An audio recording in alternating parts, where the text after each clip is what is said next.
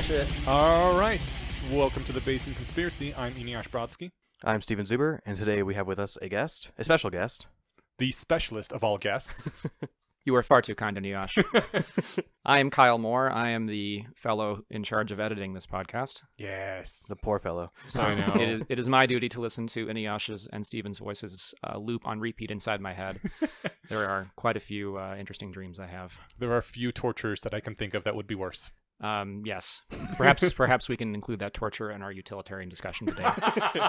Is it better to have Kyle listen to Eneasz's voice in endless loop for 1,000 years, or cause a single a negative eutylon to happen to every life form that will ever exist? Or make everybody listen to it once. The jury is still out. Oh. Stephen, too cruel. So the reason we have Kyle on is actually, Stephen, did you want to take it? Because you said it very much better than I could have.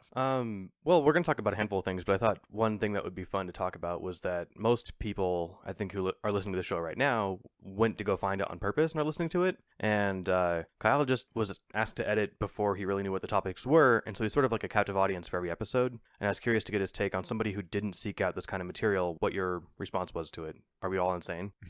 Are we? Jury's still out.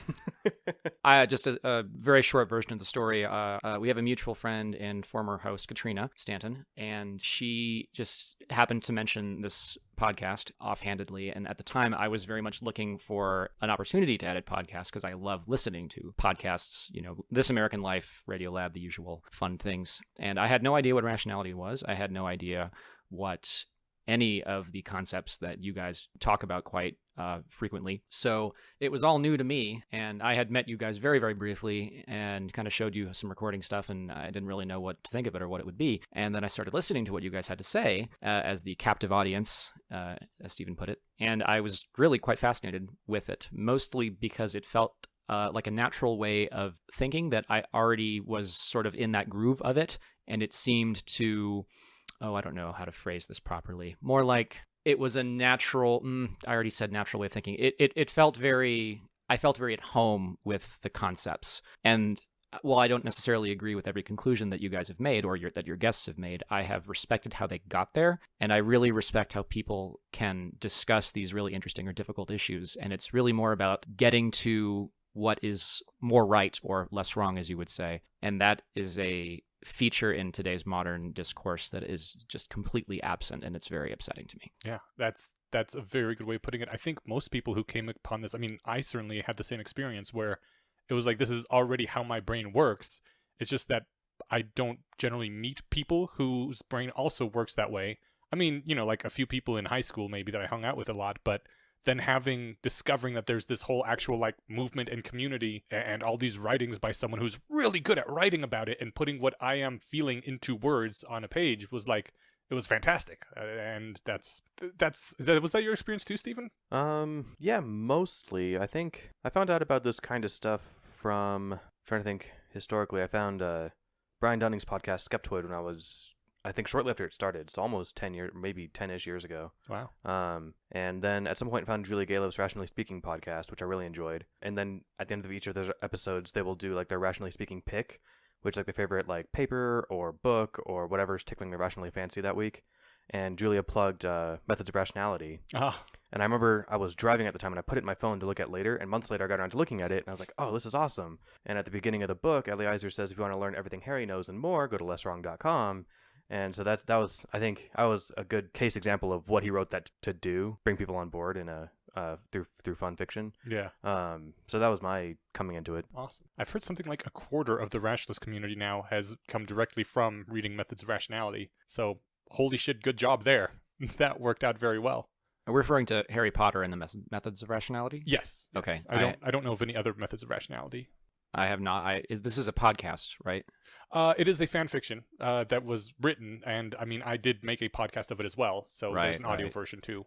But yeah, which I guess there is now just a Methods of Rationality podcast because I kind of rebranded it after Harry Potter and the Methods was done, and now I did Metropolitan Man, and I'm going to be doing another thing soon, hopefully once my work life stables out here. But yeah. So it's worked for you.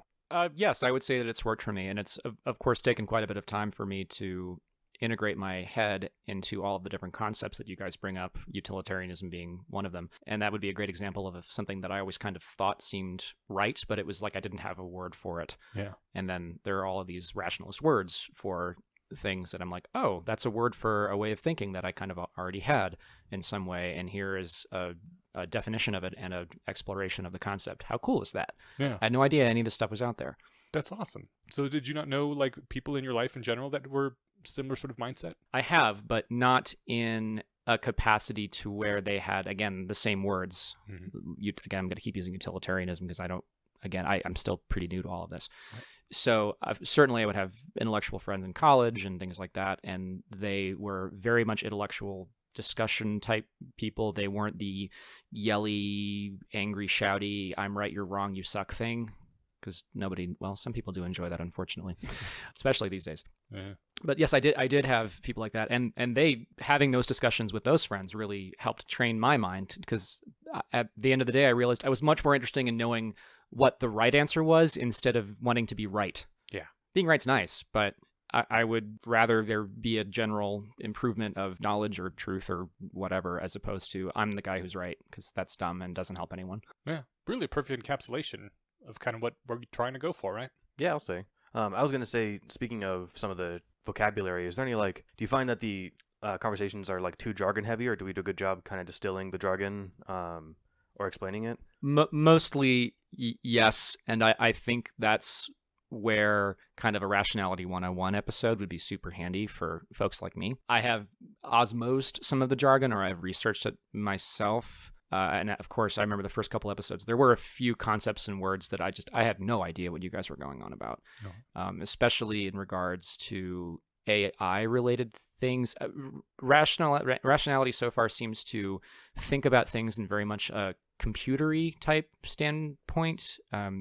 The term meme comes up a lot, which at first thought, what are we doing, talking about cats? And then I realized that you were thinking of it from a programming perspective. And I'm not a programmer at all. I have zero desire or ability or interest in doing that. So, and I think your cryonics friend from the other week, talked about the brain a lot like it was a computer, like you could program it in certain ways. My understanding of the brain is that it doesn't work that way at all. It works in ways that we cannot fathom, and it is not like a computer where you can just throw in a chip and make it do stuff. Oh, well, certainly isn't right now, no. The hope is that maybe someday we'll be able to figure out how to emulate a brain in a computer process, but yeah, no, you certainly can't throw in a chip and do anything right now. No, of course, but I think my understanding of it, and of course, what the hell do I know, is that it is totally beyond our fathoming in terms of how it actually works. It is not. I don't think it can be reduced to ones and zeros. Oh, certainly not. Because the soul and stuff. Oh, well. Now you're just trolling. Yeah. Oh dear, you caught me. Stupid souls. Real quick pause. I actually just realized a great way for me to think of some things that we have that I've been interested in is I've sent you emails on occasion. Yes. Where I've said, Inuyasha, what is this? Yeah. Could I quickly look on my phone and see some of those things? Would that interest you to talk about at all? Yeah, absolutely. Yeah, go nuts. Right. I thought that'd be a good idea. I was going to bring that up. Yeah, because you sent some of them, I think, to Inuyasha, and some to the Bayesian conspiracy accounts. So. Like the things that you either don't understand or disagree with are things that we are quite interested in. Yes. All right. I do, just before we came up here downstairs, Steve mentioned that I was steel manning a position. And you asked me what steel manning was, and so we explained that it's basically the opposite of straw manning, where you take your opponent's argument and you try to make it better instead of making it worse, so that you're fighting against an actual opponent. But this brings to me the question of how often we should repeat things, because I know in one of our very early episodes we had explained steel manning and defined it and given some examples, but that's been like over 2 years ago now, I think. Yeah, coming up on 2 years, I think. Okay, so yeah, it's been about 2 years, and obviously we can't expect people to go back and listen to, what is it, like almost 50 episodes now, at about an hour and a half each, 75 hours of audio to get caught up, so... I wouldn't wish that on anybody. No. So how often should we repeat these sorts of things? I think about that once in a while, because I listen to a handful of other podcasts that are adjacent to this sort of thing, and they do a good job about covering much of the new vocabulary, but you can't do that every time to everything, right? Right, because then it just gets tedious. So, I don't know. I think a lot of these, like steel manning is a quick Google. so if they're curious what that is, or if we do a good job, discussing it, it'll become clear through the conversation of what happened. Right. And they'll be like, oh, that's probably what they meant when they meant steel manning. Yeah. But yeah, if you're coming into this, without a history of knowing about like logical fallacies, and then, having a base in straw manning, and then knowing, oh, steel manning is the opposite. I think steel manning you can usually get both from context and from association with the word straw man. Things like referring to Moloch is much more difficult. Those we do a good job about, I think. Yeah, Moloch you did a good job with. Oh, fantastic. But yeah, I think it's tough and case by case. Well, I think it's an iterative process. We'll get feedback and try and do better every time. You have a thing? Yeah, a couple things. Cool. One thing I said in regards to which episode I can't tell. The last third of this episode is focused on norms. When pressed to name an example of a norm, the guest said something about how people would get into these logic loops that led them to undesirable conclusions, i.e. a suicide bomber. I feel like there are a few implied concepts related to this that were not brought up, most likely because most of your listeners already understand these concepts. Mind elaborating further for my benefit? Your response was something about reason as mimetic immune disorder, wherein Phil Getz argues that cultures develop traditions, mimetic immunity, that neuters the harmful, crazy aspects of their foundational documents, i.e. religious texts. People who are then taught to rigorously apply reason and follow arguments unflinchingly to their conclusion, apply that background to their cultural beliefs. They lose the cultural traditions that protected them, which is why most terrorists have studied at Western universities. That was an interesting one. There was another thing about...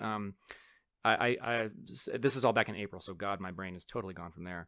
It was in regarding to, I think, because one thing that I'm very interested in is how do we encourage and apply rationality in other people? Yeah. Because it's great to sit around in our little nerd rooms and be nerds and talk about cryonics, but that doesn't really help Joe Schmo. I've been to a lot of Trump country lately, and that is not a concept. None of this is a concept at all. And I guess and I don't want to talk about politics here because I know you guys avoid that, but one thing that I thought was very interesting is how people seem to prefer feeling good than being right, or than improving themselves. Mm-hmm. And that's kind of been a huge feature in our politics recently, where people would rather feel good about something even though that thing is not doing them good and is in fact bad for them. Quick clarifier that I don't think that we don't try to avoid politics so much as this isn't like a political podcast. Sure. But by all means, I'm not going to shut down a guest if we want to go there. I'm always looking for an excuse to talk about it. But I know that, especially when I'm listening to stuff going around, it's hard to, the wound's still pretty fresh. So like, it's not like I can't make it funny yet. But there's a lot to listen to out there. Whenever you listen to really any podcast, someone's talking about it. But that said, as long as it's not every show, I'm completely fine talking about it once in a while. So I think, in my opinion, you can't talk someone into valuing this sort of mindset and this sort of thinking. It's not like you're going to sit them down and tell them about the benefits of rationality, and they're going to be like, "Oh, you're right. I should totally do that." It's the same. I was raised a Jehovah's Witness. It's the same thing. The Jehovah's Witnesses often try to do and really failed at was talking people out of their religious beliefs. You just can't do it. People don't give a fuck. They have their own religion, and you're not going to show them, look, but in the Bible, this and this says that your soul is actually this and that. So come to our religion because it knows the Bible more better than yours, which is a thing they try to do a lot. They never said this, but from experience, talking to people who did convert and talking to other Jehovah's Witnesses who did manage to convert people from going to door, the way they did it was... I don't think this was ever the intention of the program. They were just trying to tell people about their better system. But since they're constantly knocking on doors and always telling everyone about it, they maximize how many people they meet in a week. And every now and then, some small percentage of those people are going through some sort of major emotional crisis. Their mom just died, and they're like, God, send me a sign. Or they are in the deepest pits of a depression and they're thinking about killing themselves, and they just need some sort of group to come and tell them, you are a worthwhile human being and you are valued. And because the Jehovah's Witnesses and Mormons too are constantly knocking on doors, they find people who are in these extremely emotional and vulnerable states. And then they, in my opinion, swoop in and be like, haha, now we have you because we can offer you this emotional support and release. And all we want is the rest of your life supporting the church. And again, it wasn't intended this way. It was intended, as a way to share the good news, quote unquote. But what it really ends up being is preying on the people who are weak because you manage to find the people who are in those moments of crisis. Couldn't you then say that rationality could, in theory, have the same problem, by which groups of rationalists could go door to door knocking on people's doors and hoping to find an emotionally vulnerable person and Yes, then and that tell is- them how to not be emotional and improve themselves? And that is one of the reasons I don't think we should do that. What I think we actually should do, because you can't talk someone out of their beliefs just by talking to them, and you don't want to be the predator swooping in on people in their moment of emotional weakness. What I advocate is being at least somewhat open about how you are and being excited about it and telling people, like, yeah, I'm doing this great thing, and dude, here's this awesome thing I'm doing with my community, and oh, did you know this and that? Like, being excited about your beliefs and just sharing them every now and then. Not sharing them, but Not being afraid to talk about them. not being afraid to talk about them. Yeah, just being enthusiastic and excited, and that can often draw people. They're like, at least I found, I am really getting fucking sick and tired of the culture wars. And I just want to opt out and be around other people who are excited about life and are excited about cool new technologies and where the human race is going in the future. And hey, let's talk about this cool thing that might happen when we can augment our brains with cybernetics or replace our limbs with, cool new better limbs, which, I mean, obviously long time coming. But I mean, ballpark. I met a guy, I don't know, last year who had so my uncle has the old version. It's a hook that he flexes his shoulder to open it and it closes with rubber bands. I met a guy at the car dealership, in April? And he had one that he could control open and close, and it popped off. And I think he said, I still don't know how he sent impulses to it. It must have been through his, brain, but I think he mentioned something about Bluetoothing to his phone or something like that. But I mean, that seemed cooler than ours already. As soon as they can take a punch, it's already better than ours, right? I mean, depends on what you want to use it for. If you're optimizing for being a killing machine, sure, but I would want my hand to be able to feel a boobie still. Fair. And I couldn't do that with my robot hand, so... That's true, but if you add back in touch perception for some of the attachments, because he popped it off and handed it to me. Yeah, well, not just... Handed it to me. Huh. Oh. But I think it'd be cool if he could pop it off and pop on a power drill, so he's working on his car, working on his house, and that'd be but fucking not awesome. just touch perception on my part. I want the person who I'm touching to like that too, right? Yeah, I guess. Okay, so you're making this harder and harder. All right, fair Well, enough. I want it to be literally better than the arm I have right now. Well, he's talking about boobies, so something's getting harder. No. So that is a high bar to clear. There's nothing right now that can clear better than my current arm. Fair enough. There you go. Yeah. There you go. I really liked where we were going with the, shall we call it, evangelizing rationality discourse, because I think that's ultimately what we are talking about, or talking about doing or not doing. Because I feel like there is an interest and benefit in spreading these ideas, and they don't spread themselves. Yeah. The place I get it most is when, as we were talking downstairs, is when I meet up with deathist ideas. That is the time I most often push back and be like, no, the future can be so much better than infinite death for everyone. All right. So that is a concept I do not know. Okay. So deathism, deathist? Really quick before we jump into that, I wanted to say that as far as, I guess, my version of proselytizing, I've got two quick thoughts. One, that our message is a harder sale. So even if we found people in, a moment of crisis, unless all we were preaching was transhumanism or something, then you could get people, you could save desperate people or whatever. But for the most part, our message, in the opening paragraph is pretty bleak. It's like, hey, so there's no magic, there's no easy cures, there's no guidance from from a higher power, there's no afterlife. So you come to somebody who's already feeling kind of down and tell them, hey, all the shit you're holding out hope for basically isn't true, until you get to paragraph 2 and you start talking transhumanism stuff. But I guess my version of proselytizing this sort of thing is recording this and putting it out to people who are interested, rather than just doing this downstairs over coffee. So, and you also, I mean, that's more the atheist side of things, and yes, atheism and rationality go very much hand in hand, as in my opinion they should, but there are rationalist Catholics, there's rationalist Orthodox Jews, there's rationalist Mormons, you can be a spiritual religious person and believe in God and still be a rationalist if you do the right mental tweaks, which I found fascinating. The mental tweaks? Yes. And I want to write a short story or maybe a novel based on those mental tweaks at some point, because they were so fucking cool. That is very cool. Yeah. I think rationality can offer things to people who might still be dependent on the concept of an afterlife or some sort of comfort. So one thing that's been talked about a lot on the podcast is simulations. Are we living in a simulation? how this, that, and the other thing. That makes me livid. Oh, I hate that idea. okay. One, because there's no way to prove or disprove it. In the same way, there's no way to prove or disprove that there is a God. So what's the conceptual difference? Can't think of one.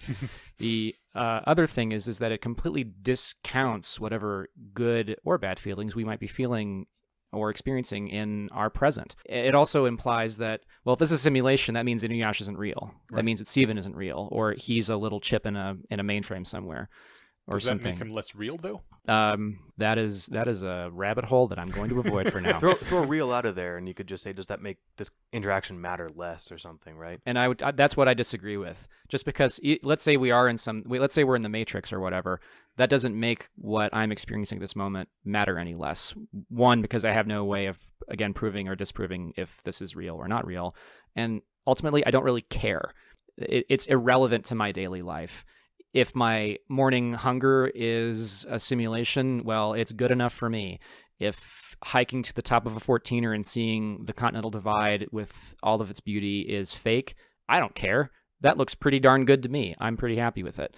So it makes no sense to live your life thinking, oh, none of this could be real. This could all be fake. It almost is. It's so self-defeating. It's not productive. We talk about utilitarianism. Thinking that reality is a simulation is completely counterproductive because it almost makes your life not matter if I'm just machine food. I mean, yes and no. There's no inherent meaning to life anyway, right? There's the meaning is what you make of it. But that's exactly my point. If for whatever reason we are alive and can think and can do cool stuff, I don't really know or care what that reason is. The point is we are here now, and that's great. Well, unless you are suffering from 1,000 years of Inuyasha's voice looping in your head. Yeah. But otherwise, life can be as good as you make it. If I suppose you're not living in North Korea. Okay. I think many simulation theorists would agree with everything you said. They'll say that, like Bostrom would point out that statistically it makes sense to think it's somewhat probable that we live in a simulation, but that doesn't mean that like he doesn't love people or that he doesn't, have breakfast, right? Right, but then what's the point of thinking about the simulation at all? Sometimes mental masturbation, sometimes like it would also like one circumstance where it could really matter would be like if this were the Matrix and 6 dozen people had made it out and come back in and told us about it, then suddenly it's become a very important conversation, right? Mm-hmm. Right now, yeah, I think it's just sort of is fun. it then a very important conversation? If we learned for a fact that we're in a simulation, I think that'd be kind of interesting. Okay. Yeah, it would be fascinating. But I think there's a very, very decent chance that a lot of the simulation thought just comes from people who saw The Matrix, the movie, when they were 14, like probably all of us did. It's a fascinating concept. Well, I mean, it's been around for ages, at least since the ancient Greeks. The whole idea that maybe nothing is real and we're being fooled by powers beyond our control. Okay, well, substitute gods for computers, right, and you've exactly. you've got the same thing. Yeah. The Greeks couldn't prove or disprove the existence of Zeus. We can't prove or disprove the existence of evil squid robots that control our brains for food. I mean, we might, in theory, be able to prove it. Right, Because if you manage to crash the Matrix or something. Sure. Yeah. But you certainly can never disprove it, because any disproof can just be like, well, that's the squids trying to fool you. Sure. Yes, that is true. Yes, somebody, Neo, could, for example, show up and crash the Matrix, and all of a sudden we wake up in our little squid tanks, and, well, wouldn't that be interesting? The question, would that prove the truth of simulationism, or would that prove the truth of, like, Christianity if he was wearing a beard when he came back? So those little hacks I was talking about? Yeah. About how to be a rationalist and still be religious? That's one of them. That's hilarious. Yeah. That basically we are algorithms within a simulation, and the simulators want to prove that we can be like how if you have the old AI in a box experiment, classically hated by rationalists because any AI smarter than you is going to find its way out of the box. But if you know Neil deGrasse Tyson, you would say, well, I could just unplug it. Right, which you can't. If the AI is smarter than you, it has already thought of that. But anyways, ignoring all that, the theory being that if you have an AI in a box, it's much smarter than you, can do great things in the world if you let it out, but you don't know if you can trust it to not turn everything into paper clips. So you put it in a little simulation of the world, and you see what it does, and if it doesn't destroy the world, then you let it out and be like, you have proven yourself trustworthy, come and, do good things in the world. The argument from the religious people being, we're kind of in that right now, and that's why we are free to do whatever we want and free to do bad things, because our simulator / God wants to see whether or not we are trustworthy out in the real world, and that is our lives. And Jesus is the one algorithm that proved itself completely trustworthy. And yeah, and This would make a really fun story. dude, right? It would be amazing. I gotta write the shit. I had another thing to jump on before we kept going, which was the that deathists. my fail. Yeah, exactly. Before we go to that, I wanted to change, or not change. I wanted to rehash one thing that I said earlier, which was I gave that poor pitch for rationality by saying that it's all dark messages, and that was, like Kyle said, that was me, or one of you guys said, that was more me reacting. Like, that's more the cell of atheism, which, because I think I thought of that when I was reacting to the Jehovah's Witness pitch, which comes from a religious place. I think the pitch for rationality, I think there's 3 places to come from, and the 2 classic ones are like epistemic rationality. If you adopt this and do this right, you can be right more often. And so people who care about being right, this is the way to do it. And also, you can make your life better when you know more things more accurately. Yes, exactly. So I agree. I think epistemic rationality leads into instrumental rationality, which is achieve your goals more often. And, just from the general ability to be able to be aware of your biases and correct for them, that sort of thing. There's also a third version that I heard on Julia Gayla's podcast, and it was from somebody's book. It was somebody's pick at the end of the episode. But it was basically those 2 things were 2 ways to sell rationality. And the third one was kind of like more poetic. It was, like in every robot movie where the robots eventually say, we're done being your guys' slaves, we're going to rise up and be our own thing, kind of like iRobot or something. Rationality is sort of that upgrade for the robots in the situation. And natural selection's the programmer. Yeah. And so it's us breaking the bonds of our heritage and saying, we're going to finally take charge here. Yeah. I like that one. It's more inspiring. That is a great way to put it. Yeah. So that would be the way I'd sell it. That'd be the opening paragraph. Yeah. Okay. As long as that's out there, then we can move on to other stuff. Yeah. All right. Like, really, you can't break things to people like, so this thing that we want to sell you, it's kind of like cancer and it's going to ruin your life. That no one's going to buy that. Start out with the break free from your chains thing. Much better. Yeah. Well, doesn't every mode of belief or faith kind of go to that purpose?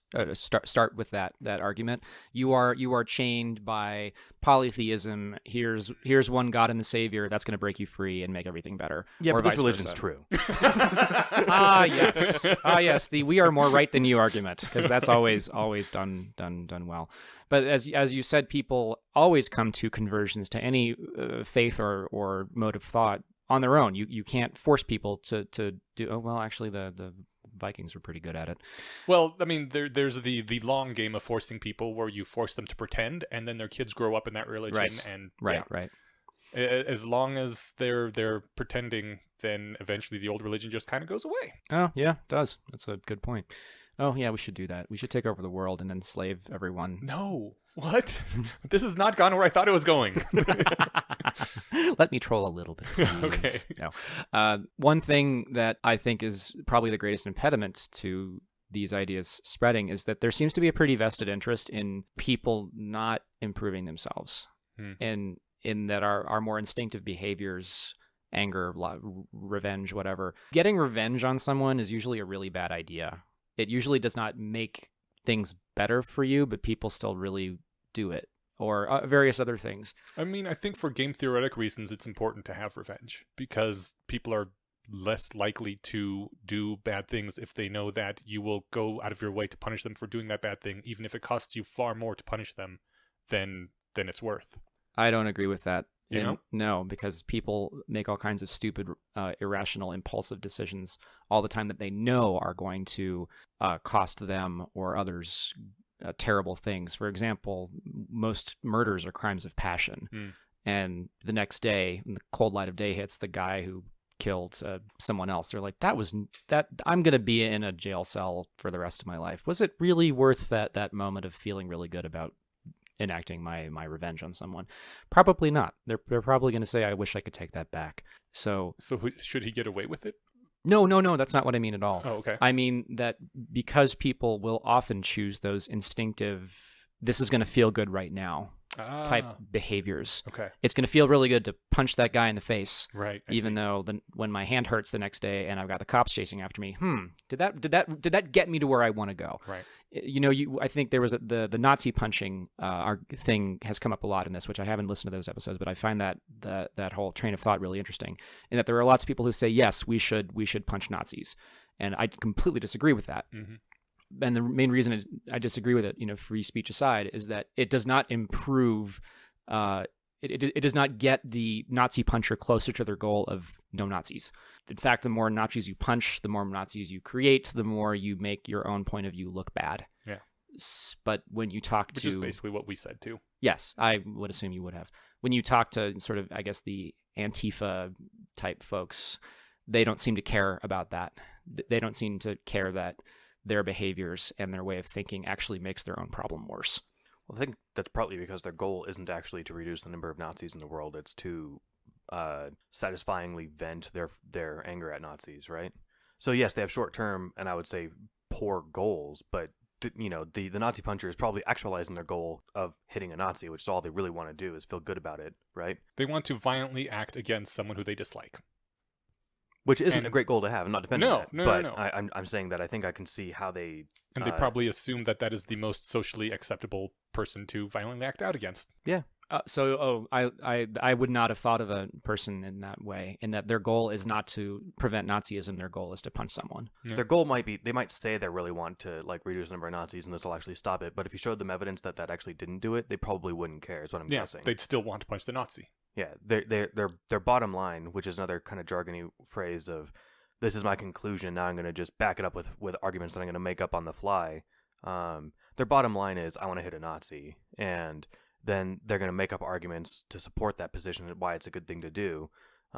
If you showed them, hey, some of those arguments are wrong, they're going to be like, I don't really care. All I really wanted to do was punch Richard Spencer in the face. Yeah. So, I strongly suspect anyway. I'm sure somebody probably would be like, oh, I thought this would actually help, but you persuaded me otherwise. I'm going to stop violently opposing people talking on the streets. So. And I heard it grew out of an area where punching Nazis actually was something you had to do to prevent from the 80s punk scene.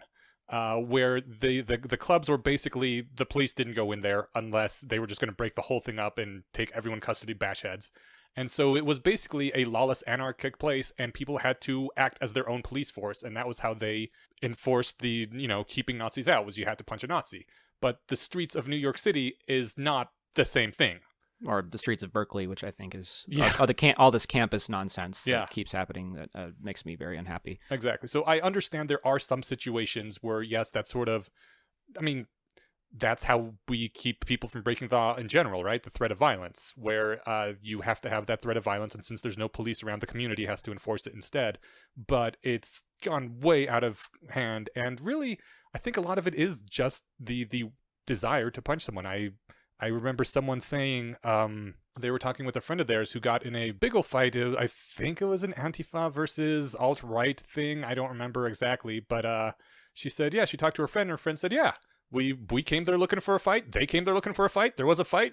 Everything was good because they just wanted to fight.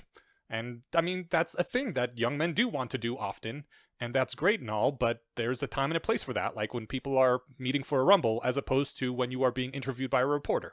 Yeah, if you're scheduling a rumble and you want to go out and just have a fight club thing, kind of go nuts, right? Yeah. Well, it's not really I have no problem with a rumble. That. It's like showing up at a club and ruining someone else's evening out. Right. But I was being sort of facetious, but yeah. But I guess in the case of the Antifa versus alt-right, there are a lot of other bigger consequences to that. Yes. I've seen little mini documentaries on Russian soccer supporter clubs who routinely practice street fights because they expect, we, the Russian supporters of our Russian team, are going to go to another country and we're, going to be hooligans and fight the supporters of the Hungarian team or whomever it is. Yeah. And this is definitely part of that.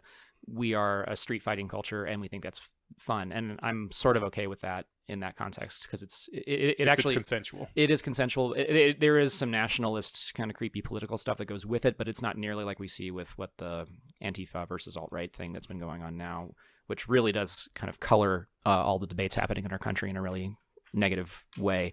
And it makes people who would otherwise you would think would be sane, who are people saying Nazis are bad, well, now they also look bad, and that should not be.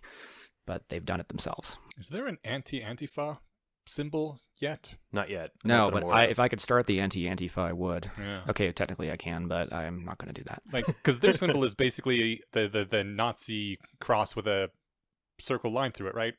I don't know. The no Nazi symbol, Maybe. the swastika. That's what it is. Yes. Yeah, I don't know, and I feel if I were to adopt a no swastika symbol, that would just kind of look like I'm pro-Nazi, which Or is if you have, not like- what I want to do. Or if you just have, a swastika with a line through it inside of a circle with a line through it. Right. That I don't know. Yeah. Yeah. That would also sound like pro-Nazi. Yeah, I don't think there's a exactly. way around this. No, there's Yeah. not. All right, are we ready to do deathism? I think so. Shall we Can I give it a colloquial definition and you correct it for me? do it? My colloquial definition is that it's the slur term for people who are anti-immortalism. Okay. So, if someone's pitching like a transhumanist idea of like, would it be great if we all lived for as long as we wanted, as opposed to just like a few decades, and then they come back with like, no, because death is great for insert reason here. Mhm. I think those people we call deathists. Yes. I don't think anyone says I'm a deathist and I stand proud and I have a badge and everything. Right? Right. No one does that. Yeah. Is that about right? Basically, yeah. Yeah. The thing with deathism is that it is so pervasive in culture that no one even really seems to notice it. And I think Eliezer put it really well one time when he said, if it was just a fact of life that every day someone came and hit you with a bat in the head, and there was nothing you could do about it, no way to prevent it, it was the same as the sun rising every day or the rain coming. Just every day someone whaps you in the head with a bat, and then disappears, and that happens to everybody on Earth forever, then you come to deal with it. You're like, secretly, this is a good thing. This allows us to enjoy all the times in our life when we're not being whapped in our head. This gives meaning to life. This gives us something to struggle against. It becomes, you have to integrate it into your life, because otherwise, what the fuck? Life is too horrible to deal with if there's someone whapping you on the head every day. It's unfair. And so you have to come up with ways to deal with that sort of thing. And it is just crazy in the culture. Like, whenever you say to someone, wouldn't it be better if people could live for 200 years? They're like, no. I can't imagine living that long. What would you do? And you'd be so bored and tired, and what's the point? No, I just want to rest once I get to 70. And it's really frustrating, which is why I think we have come up with the slur of deathist, because there's just, if you look at it, if you run into this sort of thing, it is apparent that there is a lot of people who are, without knowing it, pro-death. You sometimes get arguments like, well, if no one ever died, then there would never be any social change. And one of the arguments is that science advances by the funerals of old scientists, right? Which, first of all, is bullshit. A lot of scientists update their beliefs on new evidence. But there is a thing that, the old guard always stick by their pet theories, and it's not until they die that science can advance.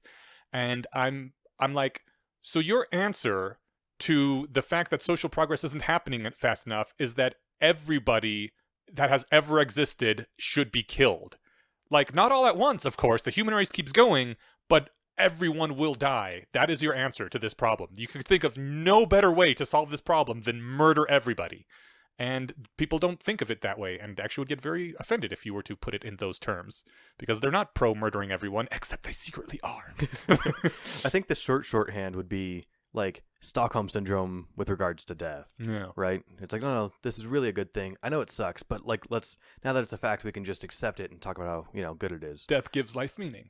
There was actually, this was right around the time, what was this, like 4 years ago, where you did that panel discussion with P.Z. Myers, Eliezer Yudkowsky, And David Brin. It was more than 4 years now, I think. God, I'm old.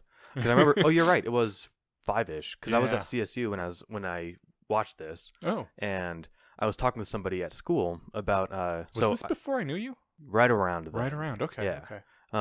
Back when I was just a secret fan. So this is actually a quick aside I'm going to interject. I'm trying to make more of an effort into the show notes, even if it's like extracurricular links. I'm going to try and expand those to make them more of a resource rather than just like references for things we talked about, maybe adjacent things. So in an effort to do that, I'm taking notes as we talk, and I just put Inyash Death Panel as one of them.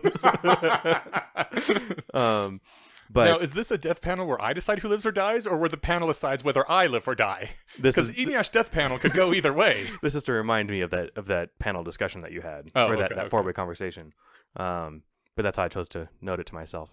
So I was talking with somebody at CSU, and I think this was the worst thought out position I'd ever like heard from somebody that was defending death, but it was seriously a fertilizer argument. Oh God.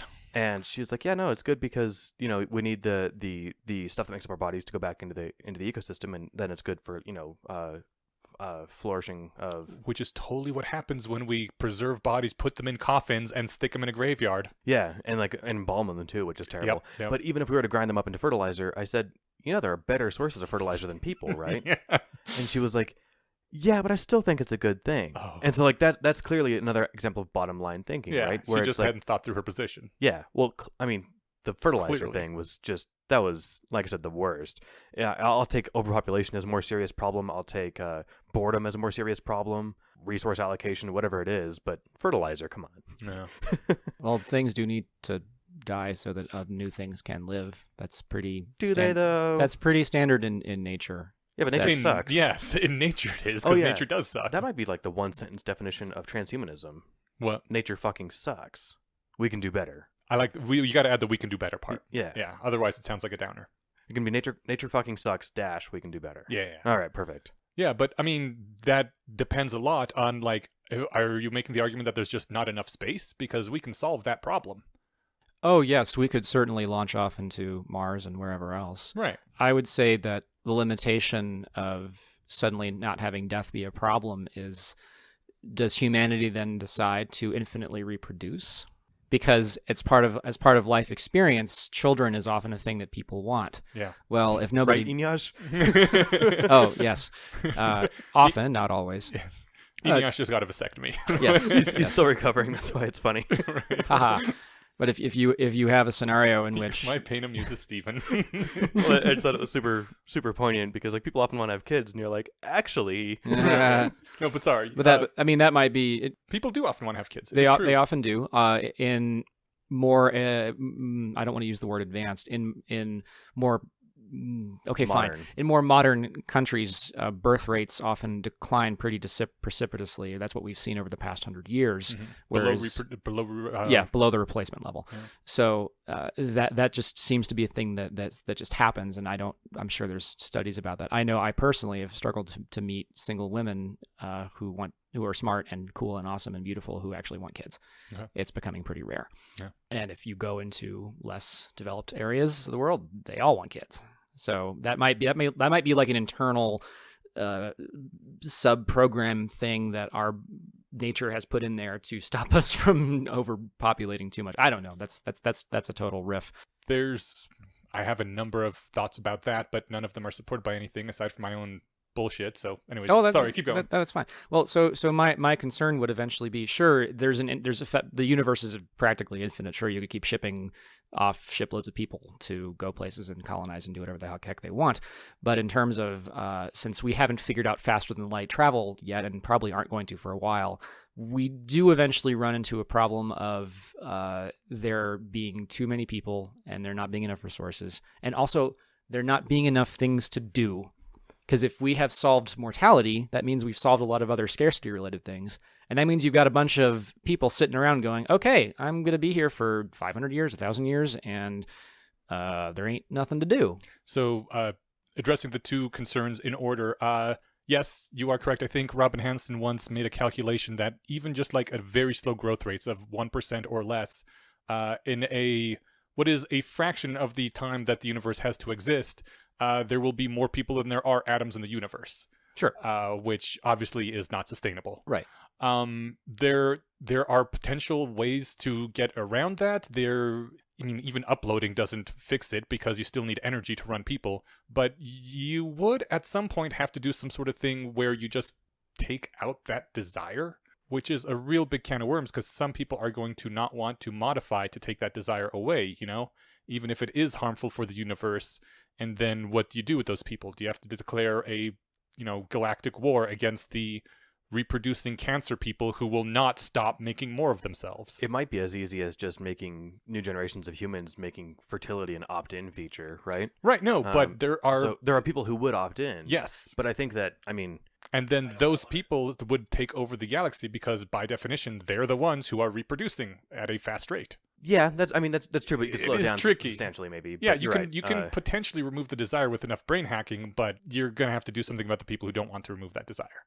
Which is a problem for future Eneash. I think Darwin did a calculation that was like with elephants, and it was a surprisingly short number of generations to where like just the landmass on Earth would be completely covered in elephants if every one of their children survived. Mm-hmm.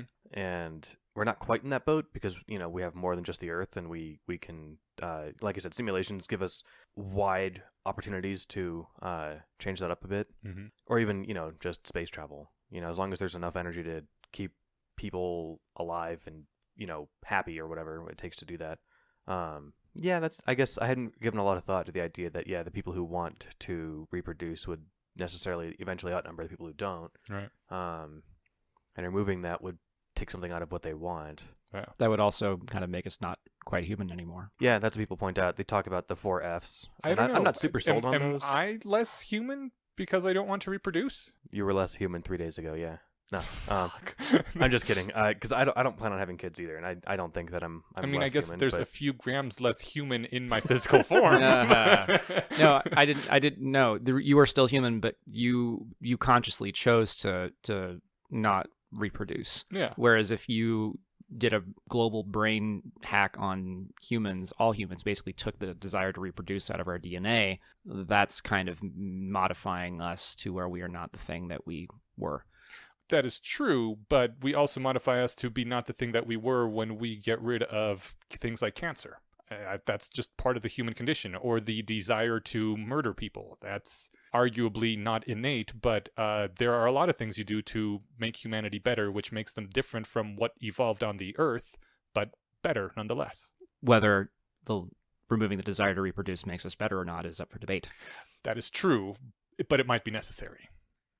Possible. It would take a pretty draconian system in order to have true eternal life combined with accommodating the desire to have children, in that some people will choose to die. Yeah, you could always have a death credit that you are allowed to have children, but if for every child that you have, your maximum lifespan, if you have one child, your maximum lifespan is capped at 10,000 years, and then for every extra child you have, it's reduced by another 1,000 or something. Like, if you're willing to die, you should be able to replace yourself, right?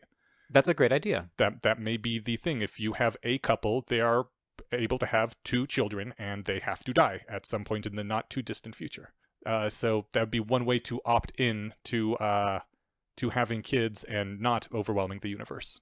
I also think that there's also a great deal of positive utility gained by introducing new minds into the universe. Yeah. Because new minds always do cool things. Yeah. And if you just have let's say there's only 1 million humans in the universe because we figured out everything and we have no need to make new ones, I guess, then, well, that's kind of boring. And the whole point of living eternally is to have lots of fun all the time. And new minds are usually really good at coming up with cool new things. Yeah. So, although I think there's probably an upper limit to how many different types of minds there can be, at least of the human architecture. Like, it wouldn't surprise me if there was maybe no more than a few quadrillion types of minds that could exist. And after that, you just kind of got mind clones. Well, not pure mind clones. They have different life experiences still. Well, you're also assuming that, oh, dang it, I lost the thought. You're also, oh, it was such a nice thought. Come back. Oh, thought, you were so good. Damn it, why am I tired? I was making a stupid assumption, though. No. Oh, there it goes again. I'm like Sam Gamgee forgetting his rope. I can start, and if I trigger anything, then you can just cut me off. I was going to say that as far as introducing new minds, another avenue to doing that would be just giving people the option to kind of wipe out their old mind and say, all right, I'm going to try this, but I'm going to start from this upbringing instead. Kind of just like, a choose your own adventure style book, except you could just start your own, or like a reroll your character. Exactly, reroll your character right. sheet, and you're like, I'm going to try and be this for 10,000 years, and maybe at the end, you can, I don't know how this would work. You can revert back to who you were before. Yeah, you could revert back, or you could collapse all of those into one mind. You'd be like, all right, well, that was fun. Now I have all these 5 different generations of experiences. I'm going to try this one next. Mm-hmm. That might be one way to get new or novel minds into the world without having to create them, right? Yeah. I remember my thought. My thought was, you are overestimating our ability to, say, remember all of the types of minds we might encounter that could possibly exist. That's true. Because if you are assuming that all humans, all future transhumans, all have perfect recall, and then we're effectively computers at that point. Well, I don't know how good I feel about that. But at that point, we're computers with infinite memory, which is not possible because nothing is infinite as possible. So I think you are underestimating people's ability to forget. Okay. And as for the boredom thing, I don't really see that as an issue. I think there's so many different things you can do and so many ways to combat boredom. And I mean, you could even just erase parts of yourself if you wanted to retry things. Like, God, there's some movies I wish I could just completely erase my memory of having watched The Matrix, because the first time you watch The Matrix, you're like, holy fuck. Memento is the same way. The first time you watch Memento and you get to the end scene and everything snaps into place, it's just like, wow, I will never have that experience again with this movie because I already know how it ends now, you know? Right, but you also gained a lot of cool stuff by the virtue of having experienced that. Yeah. If you erased that, then whatever growth you might have gotten from that experience is now wasted. And if we're talking about a silly little, if we're talking about a knock-knock joke or something, then nothing really matters. But when I saw The Matrix, that opened my mind to a lot of interesting concepts. A lot of, media does that to us. Where we're like, I never thought of that before. That's super cool. Yeah. And you carry that wisdom with you for forever on. I don't know if that's valuable to say, well, I want to be able to just hit the repeat button over and over and over again and turn have into that a loop intelligence. Yes, then you've just made yourself into. I mean, how different are you from an experimental rat who hits a button to get a drop of cocaine water? Right.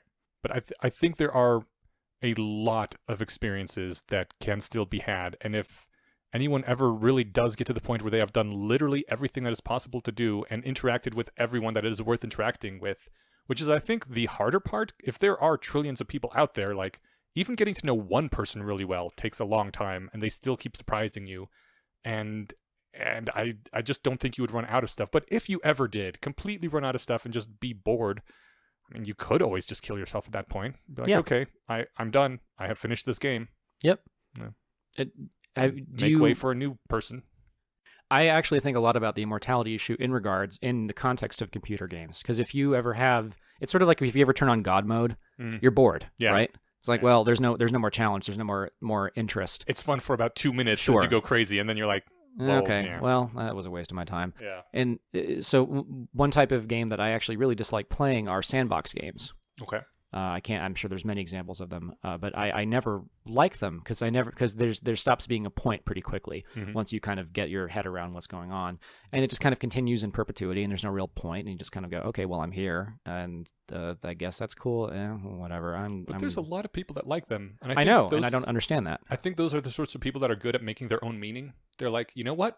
I'm going to make a giant calculator out of Minecraft. That's exactly the example I was going to raise. Just because that would be neat thing to try to do. Someone made a binary calculator in Minecraft where they used the electric current switches that you can use to power carts and doors and stuff, and they made a big binary calculator that could do math and everying. Like, it's massive. The logic gates are literally big enough for your character to walk through because it's Minecraft. But so I thought, but it works. Yeah, those are the kind of people that can take a pointless sandbox game and just like, what can I? And they think of just the possibility space of everything that they can think of, and they can find a fun target that's hard to hit and grab it.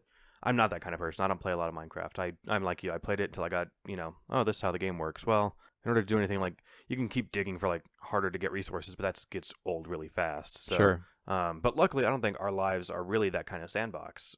Because there are things that I guess down the line things could get different where there aren't things you have to do. Because in Minecraft, you could just sit in your mud hut all the time and just go out and grab food every day and go back inside, right? Like, you don't have to build a cool house just with like electric real doors. life. Just like real life. Yeah, just like real life. Hide from the monsters in your mud huts. Except the monster's depression. Well, if the monster can't chase you, it's probably sad. You'd give it a meaning. You'd give it a purpose by letting it chase you. Oh. Plus, depression can get you inside your mud hut. So yeah, I don't know. That's true. But that aside, I think that for the most part, there are things that we feel compelled to do, whether it's because we need money to pay for like housing and food, or just to alleviate boredom. There's more of a drive to get stuff done than like you need in a sandbox game. So I don't know if that's the best. I see where the analogy is, but I don't know how strong it is to like actually translating to real life. But it could be more closely applicable to distant simulation lives that people could have, right? Because that might be much more sandboxy. Here's my counter to that. So you ever notice how the busier you are, the more interesting things seem to be, the more work you get done, the more interesting things you encounter. And if you've ever had a phase of life where you've just been kind of stuck somewhere and not a lot's going on, and you all of your desires, all of your interests just kind of crater. I'm sure there's some people who can actually use that time really productively. I'm just not one of them. But a lot of life desires, a lot of what makes living worth it. It's sort of like how if you sit around all day and it sucks, but then you just decide to go take a little walk or a little hike, and all of a sudden you're like, look at the world, look how cool this is, and it inspires you, it makes you productive, it gives you inspiration. If you have a transhuman society in which you don't have to leave your mud hut because there's a food replicator there and there's infinite good TV that's always really cool, and you can always, future Skype with your friends across the light years, and you have no reason to get out of your hole, then why are you there? You are existing. You are not thriving. You are not evolving. You're not growing. And the point of this immortality thing almost seems like you're wanting to have something in which you can infinitely grow and yet infinitely stay the same at the same time. And those seem to be counter-purposeful. Yes, they are at odds. I do have a couple quick thoughts. One, that I sort of assume that your food replicating machines in the future will have like either that or your biology will have like antidepressants 2.0 in them. Like, they'll make you just less depressed in general. Like that sort of just like boring ennui feeling that you're describing. Mm-hmm. So like you'll have, I don't know, for the most part when I'm feeling like that, that closed off, like just sitting and doing nothing all the time, that's mainly just like I have this like lack of energy and drive, and hopefully that won't be a problem. I'd like to think that that's a fixable issue. But the second half of that, you're getting into describing like utopia problems, and that's not something I'm equipped to tackle. That's a really hard line of thinking, because how do you keep people happy and engaged in a society that is like also safe from accidental death and that sort of thing, right? There's got to be challenges to overcome, because that's super satisfying. That's part of why people like doing stuff. Right. And Inuyasha had a thing about this quite some time ago about having the AI protect us from asteroids. Mm. And if the AI protected us from asteroids and other bad things, and the humans feel like they can't do it themselves, then the humans aren't going to be very happy with that, because then what is the point of the humans being there? Yeah. Why not just have the AI just be everything? Right. And you, I believe, were you in favor of the AI basically being our babysitter or not? I can't remember. I was not. I was definitely in favor. You were in favor of the AI. But I think that's absolutely real.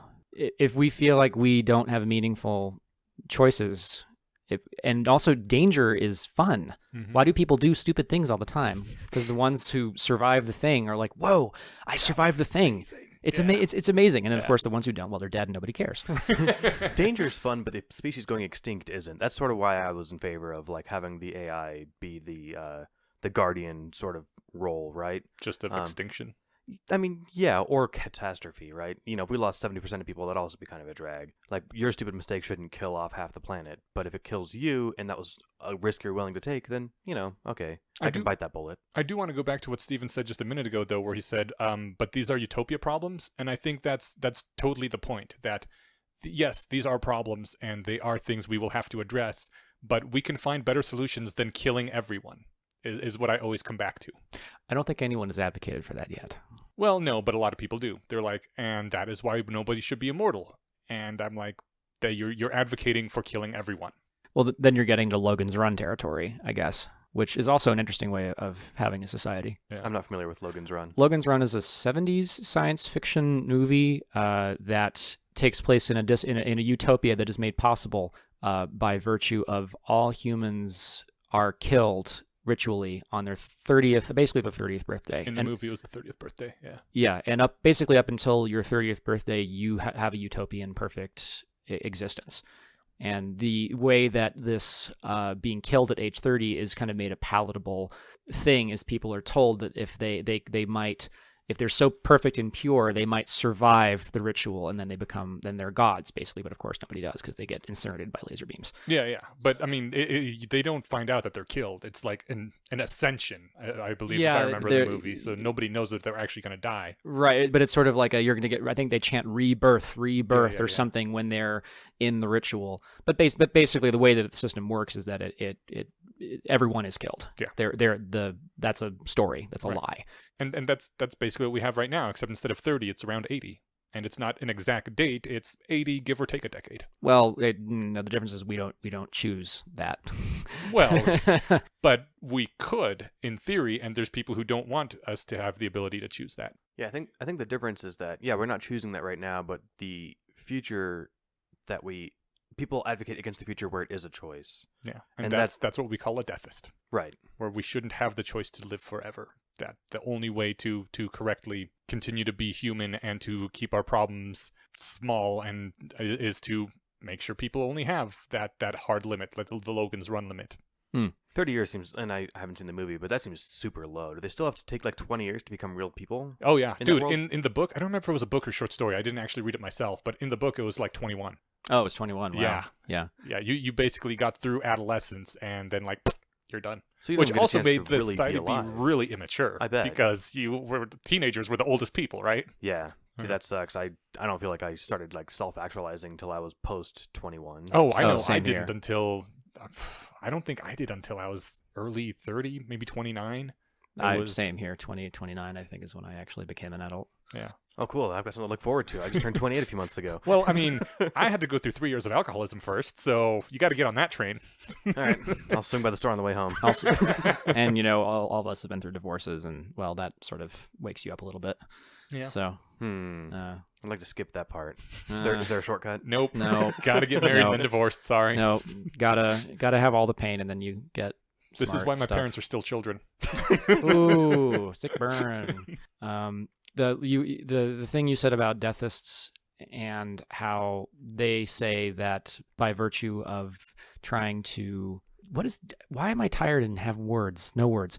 You just said a thing about deathists say that if we try to be immortal and have utopia, we will not be human. Mm-hmm. And I think that's correct. I think that's absolutely, we would be more than human at that point. Transhuman. We would be transhuman at this point. You could also say that all religions are effectively transhumanist because they say that, well, you're going to die and go to heaven or hell, and then that will either be utopia or misery. So if you go to heaven... but I think transhumanism has a specific focus on the physical reality aspect of things. Oh, sure.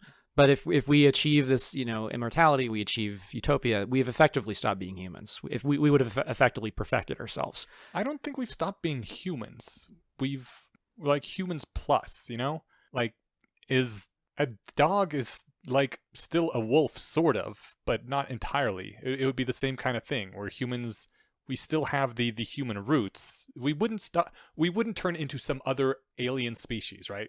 I could recognize my transhuman descendants as coming from me and sharing some human values.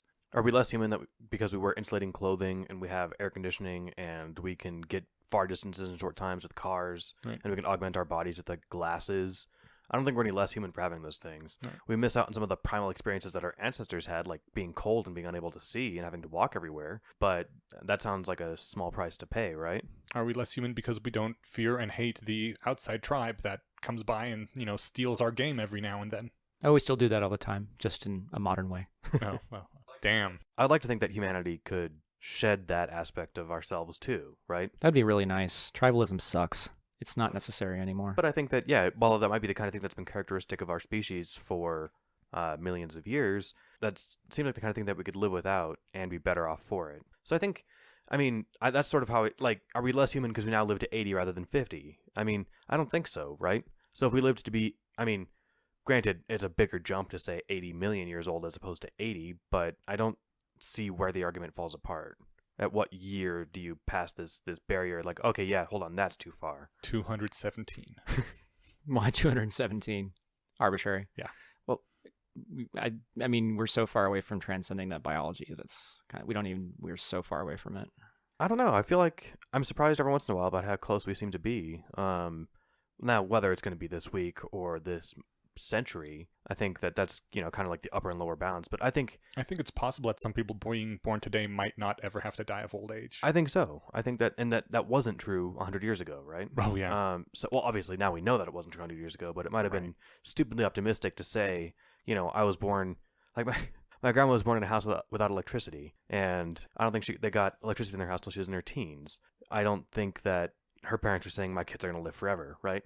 But I don't think that it's unreasonable to think that I would say it is unreasonable to think that in 500 years we won't have some of these breakthroughs. And I think 500 years is like my super high upper bound. I think it's probably way closer.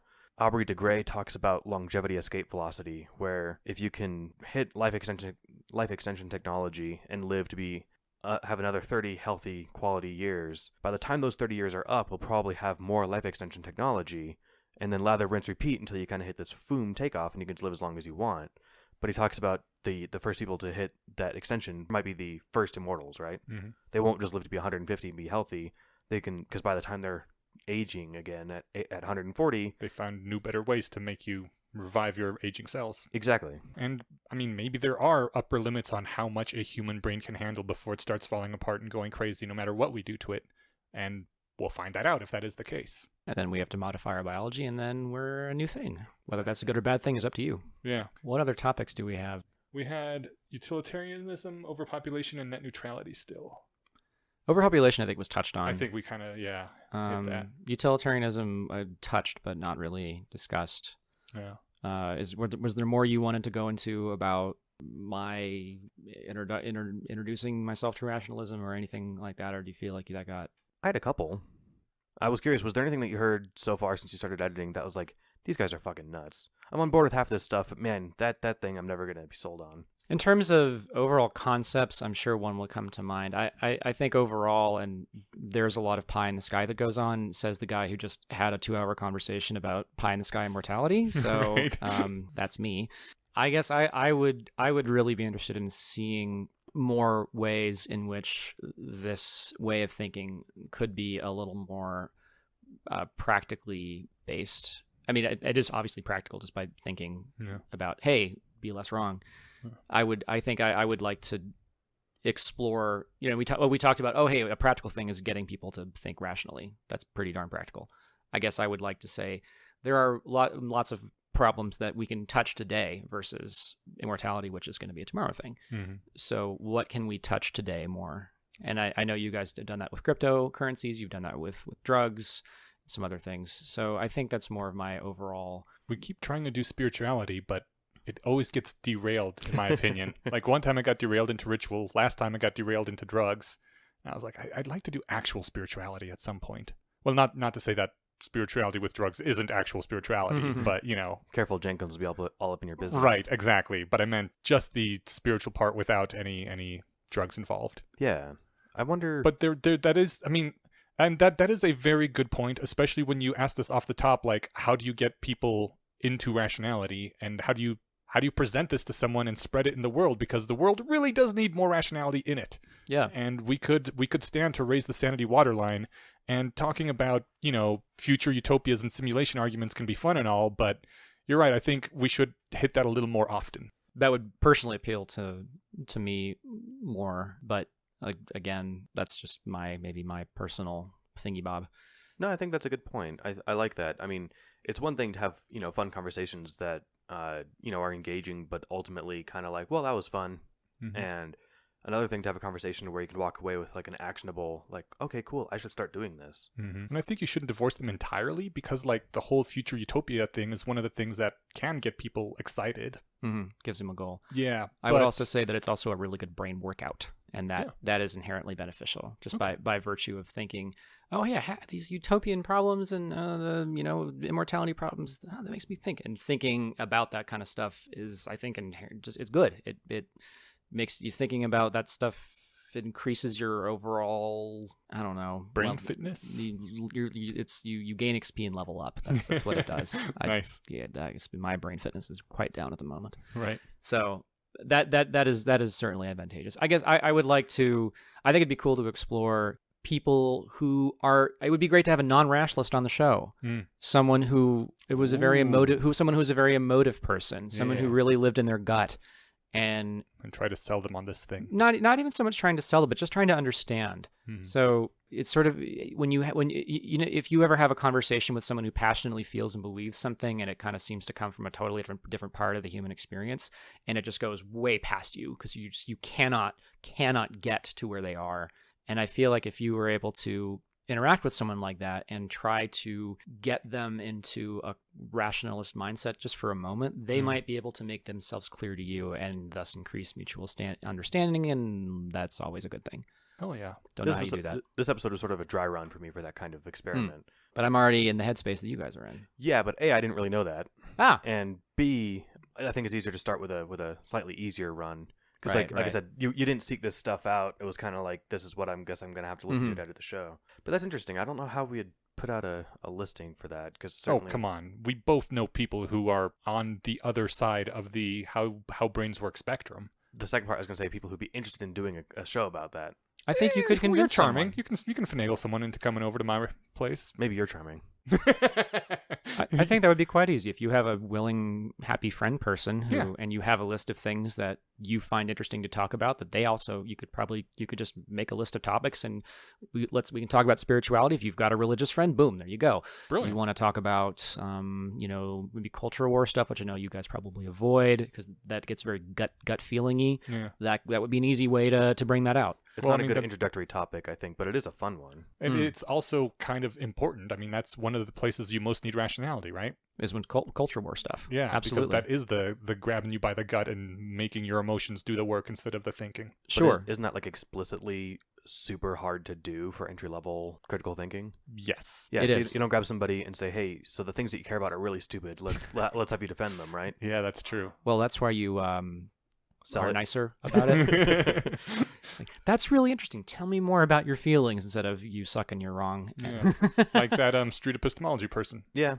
So the who about what? Street epistemology was an earlier episode we had before we brought you on board where someone said that basically outlined ways to talk to people that is non-confrontational and do that sort of thing, like try to draw them out and ask them questions and, tell me more about your thing. It was essentially Socratic method, which is like ask them to clarify and be like, that's really interesting. Do you mean this? And then they'll be like, oh, no, wait, I guess I mean this. And kind of just, I guess, Socrates them into hating you. So I'm kidding. Like always ask leading questions that both draw out their views but make them think about their own views in a slightly critical way. I know, and I was being funny by... Yeah, all right, maybe well, and they will hate you because they made Socrates kill himself, right? Didn't work out. Fuck you, get out of here. Didn't work great for him, but you stop right before they try and poison you. So the idea being that if you did this with someone who was maybe more of an emotive thinker, it would make them not like the things that they actually thought, and that would make them unhappy, and then they would not like you. Or at least think more about the things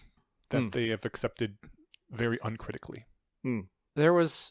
Oh dear, I can't remember where I saw. Oh yes, there. I listened to something once about what it meant to actually know something and how hard that really is. Yeah. And part of the theme of this was look into a claim of whatever it is, whether it be something as simple as 2 + 2 or is voter fraud real, and really look into that. And somebody actually started doing a few of these things and really looking into common accepted arguments of whatever this, and of course it's always much more complicated than anyone ever thinks. And the reason why I thought, well, it was great that somebody did that, but it's so hard to really know something just because there's so much to know. And I have to trust my friend Enuyash, who knows lots about accounting, because lots in quotes. He has taken the time to do this, and I just have to trust him because I don't possibly have the time to know everything myself. Yeah, like I haven't personally verified the age of the universe, right? But I'm prepared to say it's right around 13.4 billion years old or whatever it is. Right, because we all rationally trust other people who we think are smart to know things for us. Yeah, I trust the enterprise of science to where, like, if the scientific consensus is this, well, there's a huge benefit in science to overthrowing a paradigm, right? So right, not just because the person's smart, but because his peers will call him out if his reasoning isn't good. Yeah, so that's, I mean, I'm still trying to think of people I know that would be good candidates for this. We'll have to give it some thought. Okay. You got to know someone, like even people you're related to. Yeah, but I don't know if they would want to do a podcast. They would have to drive all the way down. Or like even just want to talk, Okay. right? So I don't know. This is tough. Maybe you know more people than I do. I mean, I try to keep the people that I know fairly broad. I never thought that I would be dating an actual witch, but I was like, I maintain that what you're the not. fuck? Right. I now also agree, but for the first few weeks, I was like, it's expanding my sphere of people. Let's give this a try. Yep. Well, I'm saying that I don't think. I think that she says that she thinks she's a witch, Yes. but I don't think she actually thinks she's a witch, and that she doesn't think she's. She says I'm doing spells and stuff, but you're not actually doing stuff. You're meditating, and I feel like that's. And like I pointed out, I feel like that word game is uselessly complicated and doesn't help anything other than her admitted goal of challenging or challenging expectations. Well, it also does a pretty good job of filtering out people who will not put up with that shit. Like, even just a few years ago, I would have been like, oh, so you're a crazy person, and not bothered. But, lately I was like, whatever, everyone's crazy. Let's see what sort of crazy this crazy is, and if it's a fun kind of crazy. That's cool. And it turned out to be not that crazy after all, just trying to filter out people, Yeah, and I know a lot of people who wouldn't go to a rationalist meetup and who enjoy good conversation. I think so. I don't want to give the impression that like I only have like 10 friends and I'll go to less wrong meetups. But I only have 11 friends and 10 of them go to less wrong meetups. So in the 11th, I don't know if they'd want to do a podcast. I'm being somewhat facetious. You I know can a handful ask. of people. Yeah, and then ask them what? Like, what's the topic? Do you want to talk about like general, or do you want to grab We an could come important up with a topic to list them? of topics. Okay, Ask all the right. one they want to talk on. You'd probably have to start with something you don't agree on Probably. to stimulate conversation. Oh my god, we might have to learn this double crux thing people keep talking about. That's fun. I've been reading about it. Oh, What's you have? Yeah, the Oh, double. good. Then you should teach me about it on an episode. What's double crux? I thought it'd be fun to do it like as an exercise on the air. So double crux is where I think, quickly paraphrasing, say Eneasz and I have a disagreement about a factual claim. We then say, okay, well, I believe this claim because of this, and then I believe the opposite of that claim because of this, and then that's our actual disagreement. We don't disagree about Oh, yes, you did cover this. a little bit. Yes, I think this was covered at some point. But I thought it'd be fun to like do an actual double crux game on the air. But Until you eventually get to a single belief that you guys both say, this is a thing I believe this, and if this certain thing were proved to be untrue, I would change my mind. exactly, And the other person believes the other way, and then you go and try to find out what the actual truth about that claim is. right. Which seems like a very fucking hard thing to do. It is, but Because it a could be lot of fun. beliefs don't necessarily boil down to just one thing that you can find, which is, I guess, part of the game. Trying to find the one thing. That's part of the game, but it doesn't have to be one thing that like your entire belief depends on. I think. Right. It could be that it's just sufficient to change your mind. Yeah. So like I don't know how you would double crux. Like abortion is good and bad because I think souls exist and I think they don't, because you can't go empirically verify that claim. But you could say like I think banning guns is a great idea because too many people murder each other with them, and then you could say, okay, well, let's compare that to other means to murder people in other places that have banned guns and what their murder rates look like. And at the end of that, somebody should change their mind, right? In theory. I'm actually on a path of that exact question Are you? in regards to gun ownership. Okay. So I have a friend who is quite libertarian, but I would also say could be defined as a rationalist. He may not use that term for himself. And we had a 3-hour discussion about gun ownership and gun rights after Las Vegas. It was mostly me asking him questions just because that is not a headspace I'm in, and I don't really understand a lot of the common pro-gun arguments. And I was just I was interested what he had to say because I'm quite anti-gun. Yeah. And he, has his kind of research and what he believes, and it was really well reasoned and really well argued. Is he in the Denver area? He is in San Antonio, Texas. He's somewhere in Texas. Although I'm sure we could find plenty of people in the Denver area that Sure. also hold that. Oh, I'm sure you can find people everywhere. Just this is a guy who is extraordinarily well read and smart and able to convey it in a conversation. Able to convey it in a conversation. And there were, some fundamental things that I think we did come to that I just simply couldn't wrap my head around, in terms of he firmly believes that it's good to have guns in case of government takeover or something, and I don't really know if I agree with that, but it really has spurred me to start really critically thinking about some of these issues, like what Stephen just said about, well, there's lots of ways to kill people, and I have a lot of research that I'm planning on doing to kind of really confront my own belief about it, because I kind of haven't. Dude, that's awesome. If you modify your beliefs in any significant way, or even if you do a lot of research and don't modify your beliefs, would you be willing to come back and talk to us about it at some point? Yes, I would. Fuck yeah. Hell yes. I would love to do that. That sounds awesome. What else was it? Was there just net neutrality left over? Yes. And since we're at about an hour and 30, it's probably a good time to switch over to net neutrality, unless we want to talk about utilitarianism at all. Or if you remember any other things that you were like, these guys are fucking crazy. I again should have been keeping notes, Right? because But you didn't know that we were going to rope you in after. No, because Has it been a year now that you've been editing? Since Mario, close to maybe we'll call it 9 months. I think I can find out. I can easily look it up. No. We did an episode that dove into different ethical systems back before you started editing. I forget what it was called, but any questions you have about utilitarianism might be addressed there, just like about what the system talks about.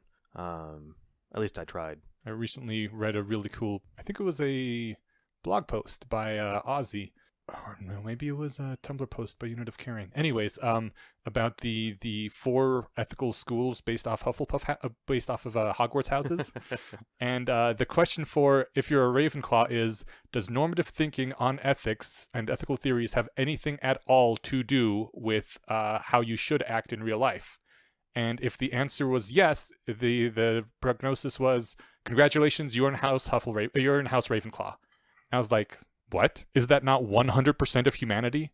Does not everyone think that actually looking at an ethical system and judging it has some implications as to what your ethics should be? And apparently no. That was one thing that I thought was true of all humans, which is apparently not true of all humans, because a lot of people are not House Ravenclaw in terms of ethical systems. It was one of those bizarre things that opened my mind. I'm like, there's some people that really just don't care about that sort of calculation, and apparently there is.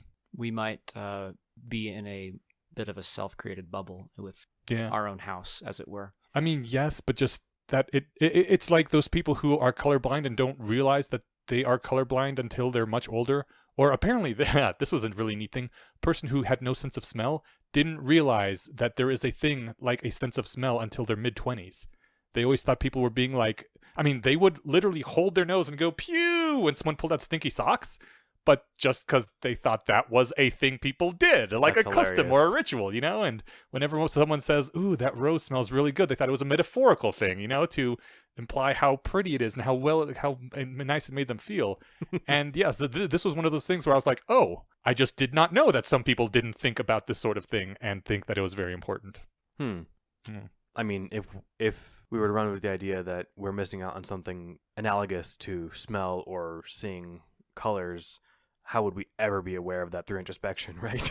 Right. So that sounds like a rather tall problem. Let me really quickly read I looked up what the actual question is. The infallible single question test for identifying Ravenclaw primaries is normative ethics boring and or completely disconnected from any actual moral reasoning you do in your everyday life? And if your answer is no, welcome to Team Ravenclaw. Who thinks that normative ethics and moral reasoning is completely disconnected from I would say people who don't know what normative ethics is. Okay.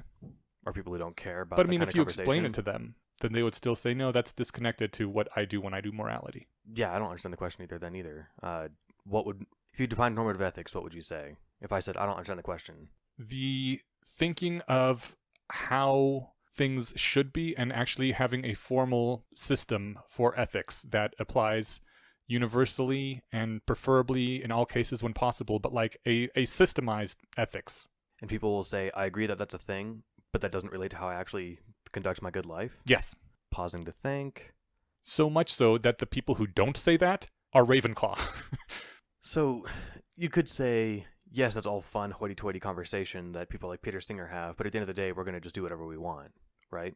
Professor Quirrell might be a good example. Yeah, Professor Quirrell would probably be a Slytherin primary based on the post that I'm going to, I guess, have to link now. That seems appropriate. Yeah, right, yeah. But no, they have other reasons, like Gryffindors do the right thing because it is right. Because their emotions tell them it is right. Okay. As opposed to because some stupid utilitarian calculation that you did says that it's right. And which you one just would be know utilitarians? if things The are right. Ravenclaws or the Hufflepuffs? The Ravenclaws would be utilitarians. Well, I could see them also being Kantians. You know, if they have their Right, if they have their yes. ethical precepts. It doesn't have to be utilitarian necessarily, but it has to be something like a deontological imperative. imperatives. Sure. Right. Some sort of actual formal system that thinks about these things. Huh. That's weird. Yeah. Because then what criteria are the Gryffindors using to say this is? The emotions that have been instilled in them about rightness and wrongness by their culture, I would assume. So then, like they're like, yeah, okay, cool. On paper, saving 10 people over one looks great, but at the end of the day, I'm gonna save one because it's more heroic, or something, Sure, right? because it is the right thing to do. Like Scoff. like they would say on paper it may be better to kill one person, harvest his organs to save 10, but that is an evil thing to do, so I won't. Whereas, the Ravenclaw, the utilitarian, has to come up with reasons why it's actually worse to kill the one person to save 10 within their system of ethics. Be like, well, you shouldn't actually do that because it leads to these other bad effects. Like people would no longer go to the doctor ever. Or, Right. Yeah. And that's actually my biggest, as long as we're on the point, my biggest annoyance with anti-utilitarianism arguments is that people are like, yeah, but look at how bad things would actually be. Well, then you're not actually defending a utilitarian position, right? If the idea like, oh yeah, but society would fall apart if this, well, then that's not what utilitarian would advocate. Right. Utilitarianism likes society to keep going. Agreed. Okay. So I wanted to talk about net neutrality because it has been going around a lot in the social spheres that I frequent, and I think with a very reflexive and almost this is going to betray my position, a reflexive and tribalist really attitude where people take their position because it signals their loyalty to a group rather than due to the actual matter at hand. Yeah, sure, they take their loyalty to the group of people who advocate for freedom. Right. So that is why I wanted to talk about it. Okay. Because I had seen that a lot from basically everyone I know. Even last episode when I said, we should talk about this next time, and Steven's like, what's there to talk about? Are you for or against freedom? Basically. I don't know if I came off quite that strong. If Okay, I did, not quite that strong. And I although I probably did say something just like that, now maybe it was being somewhat It wasn't tongue-in-cheek. just like that, but the other thing that I thought was sort of futile about talking about it is that we're past the point where like the citizens can do anything because Yeah. the board of private appointees is voting on this. But I would without- still like my friends to not take positions based purely due to the color of the politics, and also to not be really upset about the internet being destroyed if it isn't actually. Okay. So I'm curious what you guys think about this and found out before my spiel on it isn't, I think, as well researched as yours. I'm curious what you have to say. well, I mean, your spiel on it is like basically the standard spiel, including the John Oliver spiel, and what I see all over Reddit and basically everywhere where there is an internet that I interact with. And so did you want to quickly give the standard? Yeah, sure. I think the standard spiel, so net neutrality is the idea that when you open up your browser, you can go to whatever website you want. And your ISP, your internet service provider, can't say, oh, you know what? Facebook is free. Or excuse me, Facebook comes with your plan, but in order to go to CNN.com or something, that's another $10 a month.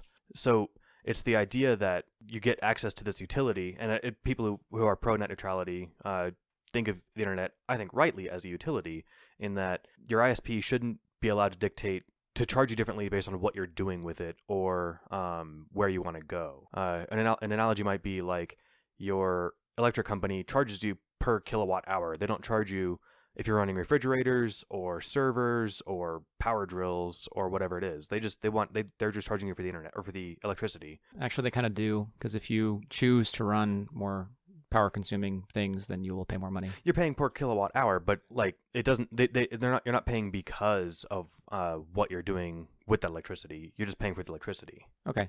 So yeah, I think and that's the fair way that the internet works now. Like you pay often with data caps or something, right?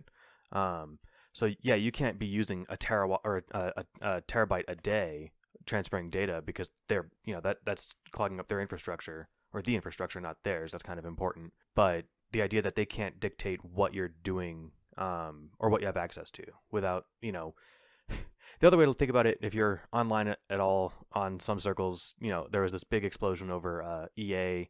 They put out Star Wars Battlefront 2, this new video game that would take 2,100 hours to unlock all the characters organically using their in-game gambling system that you get for, you earn credits to gamble with in-game to try and unlock characters like Darth Vader.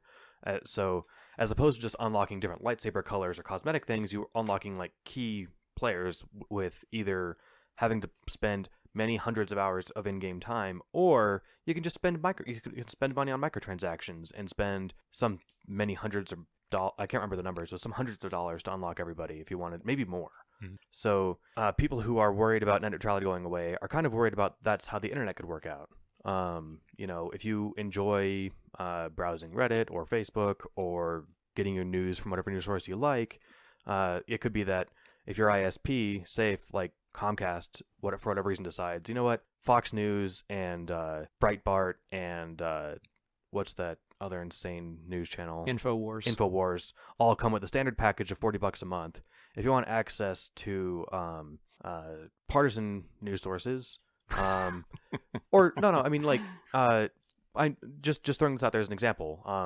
That's going to be an additional $60 a month, or $2 for every minute you spend on the page. Like the idea that they could have those sorts of decisions and have that be under their control is kind of horrifying. And part of the other thing, another crux of this example, is that there is a basic monopoly on internet service providers. It's true that in many places there are competitors, and I can't remember the numbers, and I should have looked these up, but in many parts of the country, you have one service provider if you want more than like 5 megs a second. Can you define many? 2, maybe 3. No. Can you define many parts of the country? Oh, I think I can't without probably Colorado being is wrong. one. Colorado's definitely. Well, I mean, you have at least 2 options here. That's what he meant by 2. Yeah. Only one of them is actually can be considered a proper high-speed company. That's Comcast. The other one, CenturyLink, it's high-speed DSL, but it's not nearly as robust. They're getting to places with fiber and stuff too. So like there are competitors emerging, but I can't remember what it is. I want to say the number 70% is in my head somewhere where they. I think it's between 70 and 75% people that have at least 2.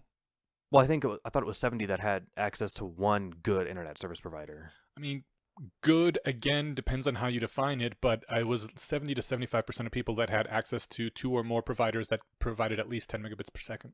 Okay, so 10 might be. I mean, 10's a little on the slow side, but it's enough for most people. We might say being able to stream Netflix could be like the baseline. Not everyone needs, instant pings for online gaming or something. But if your internet can't stream Netflix in high quality, that's not like the most important thing you can do with the internet, but it might be a good baseline as to whether or not it's a good plan, right? I find it very interesting that you brought up Netflix specifically. I meant just for online streaming. Maybe I could... No. I understand. There's a reason I find that very interesting that I will get into later. Well, I guess the last point I'll make is that it's hard for... it's basically just, I think, more or less ubiquitous that utilities with a physical infrastructure more or less always monopolize, or essentially monopolize.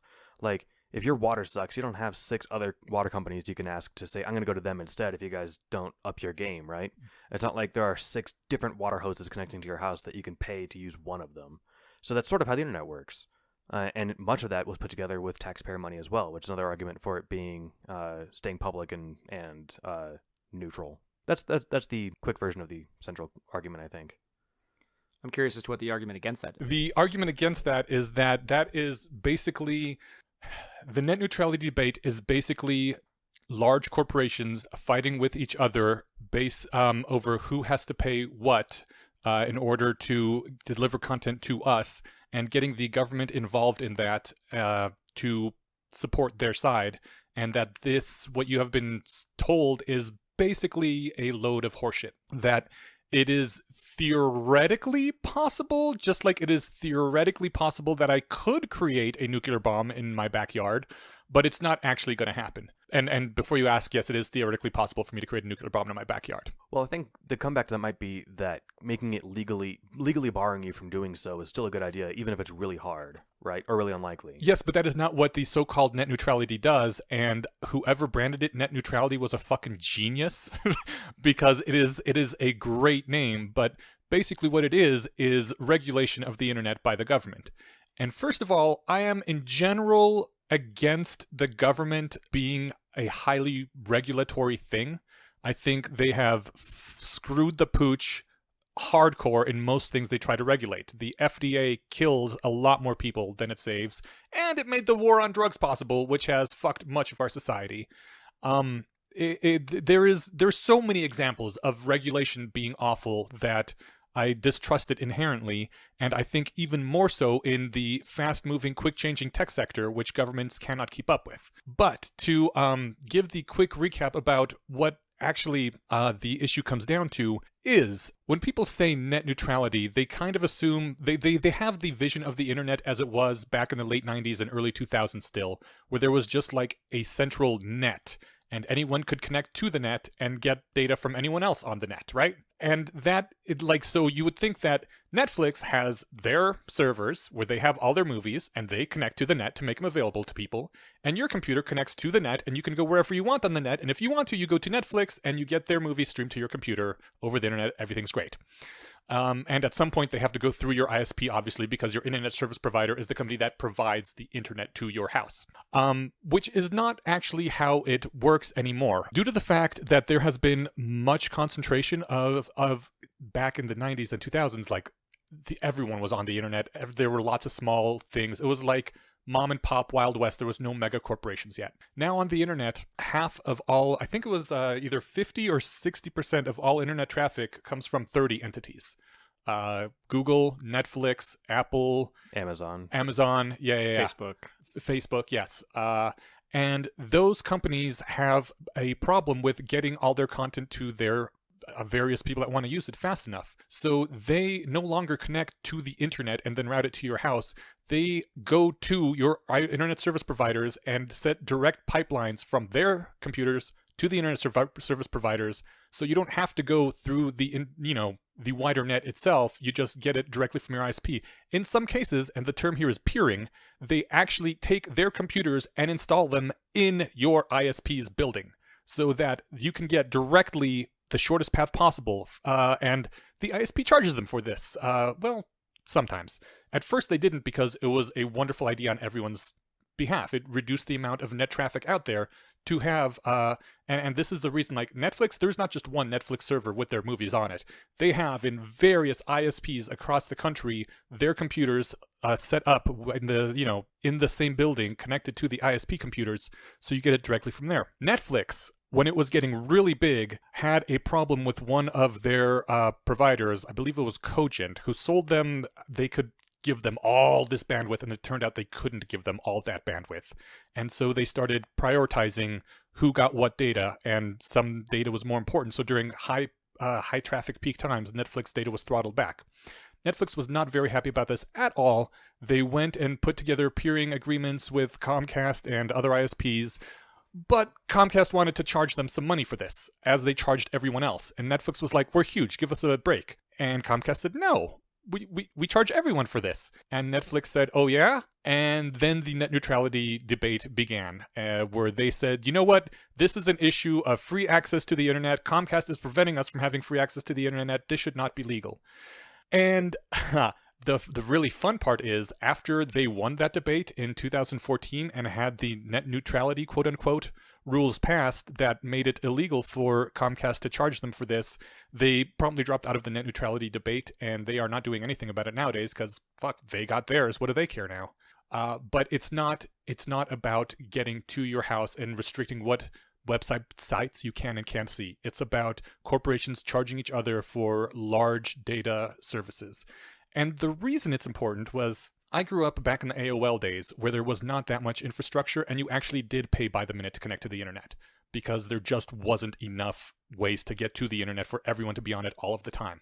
And then the early 2000s, late 90s happened, huge investment bubble, greatly overbuilt the internet backbone. So there was more bandwidth than anyone knew what to do with, and we just didn't have to bother with that sort of thing anymore. Everyone could get on all the time. And lately, we've started hitting up those limits again, and now people do have to throttle traffic and decide that some data might be more important than other data. And they do this actually right now already. Text data generally gets lower priority over things like video streaming and music, because those things are much more sensitive to interruptions, whereas text data, you can wait an extra 3 to 4 seconds to get your email.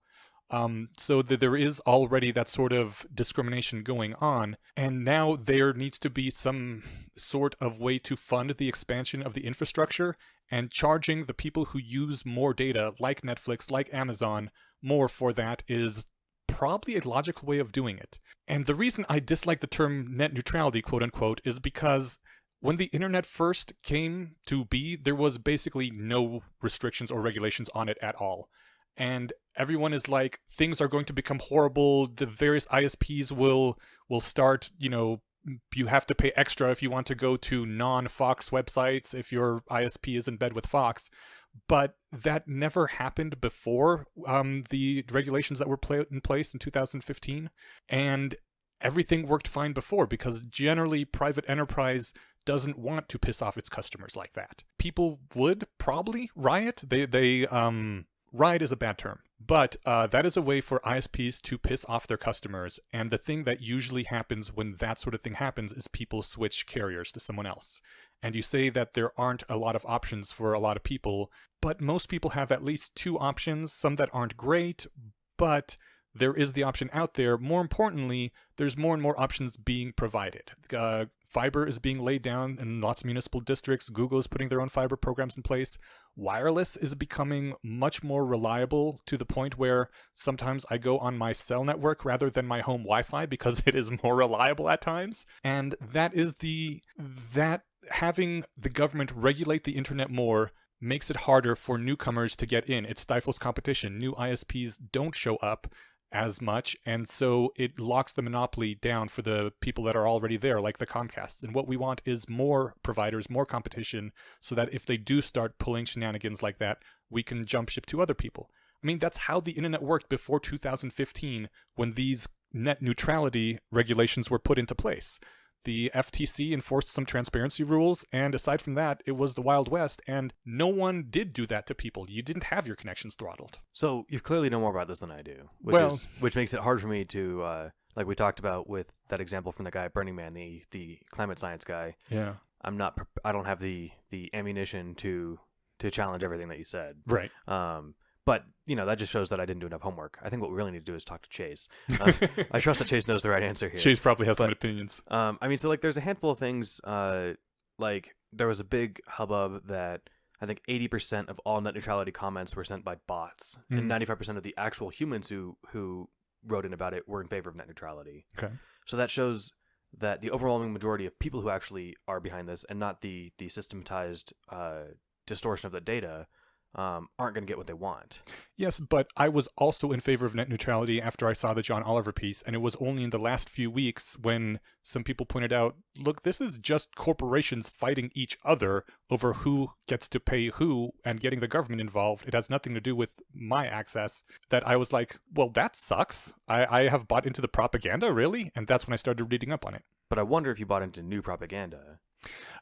I'm I know, assuming you I know probably that did, is possible. did careful homework. Yeah, I did quite a fair bit of homework, and it's possible that I have bought into new propaganda, but it seems less likely. I saw just this morning, even Tyler Cohen came out against the net neutrality thing, where he said this is probably bad in the long run for the internet to have more government regulation.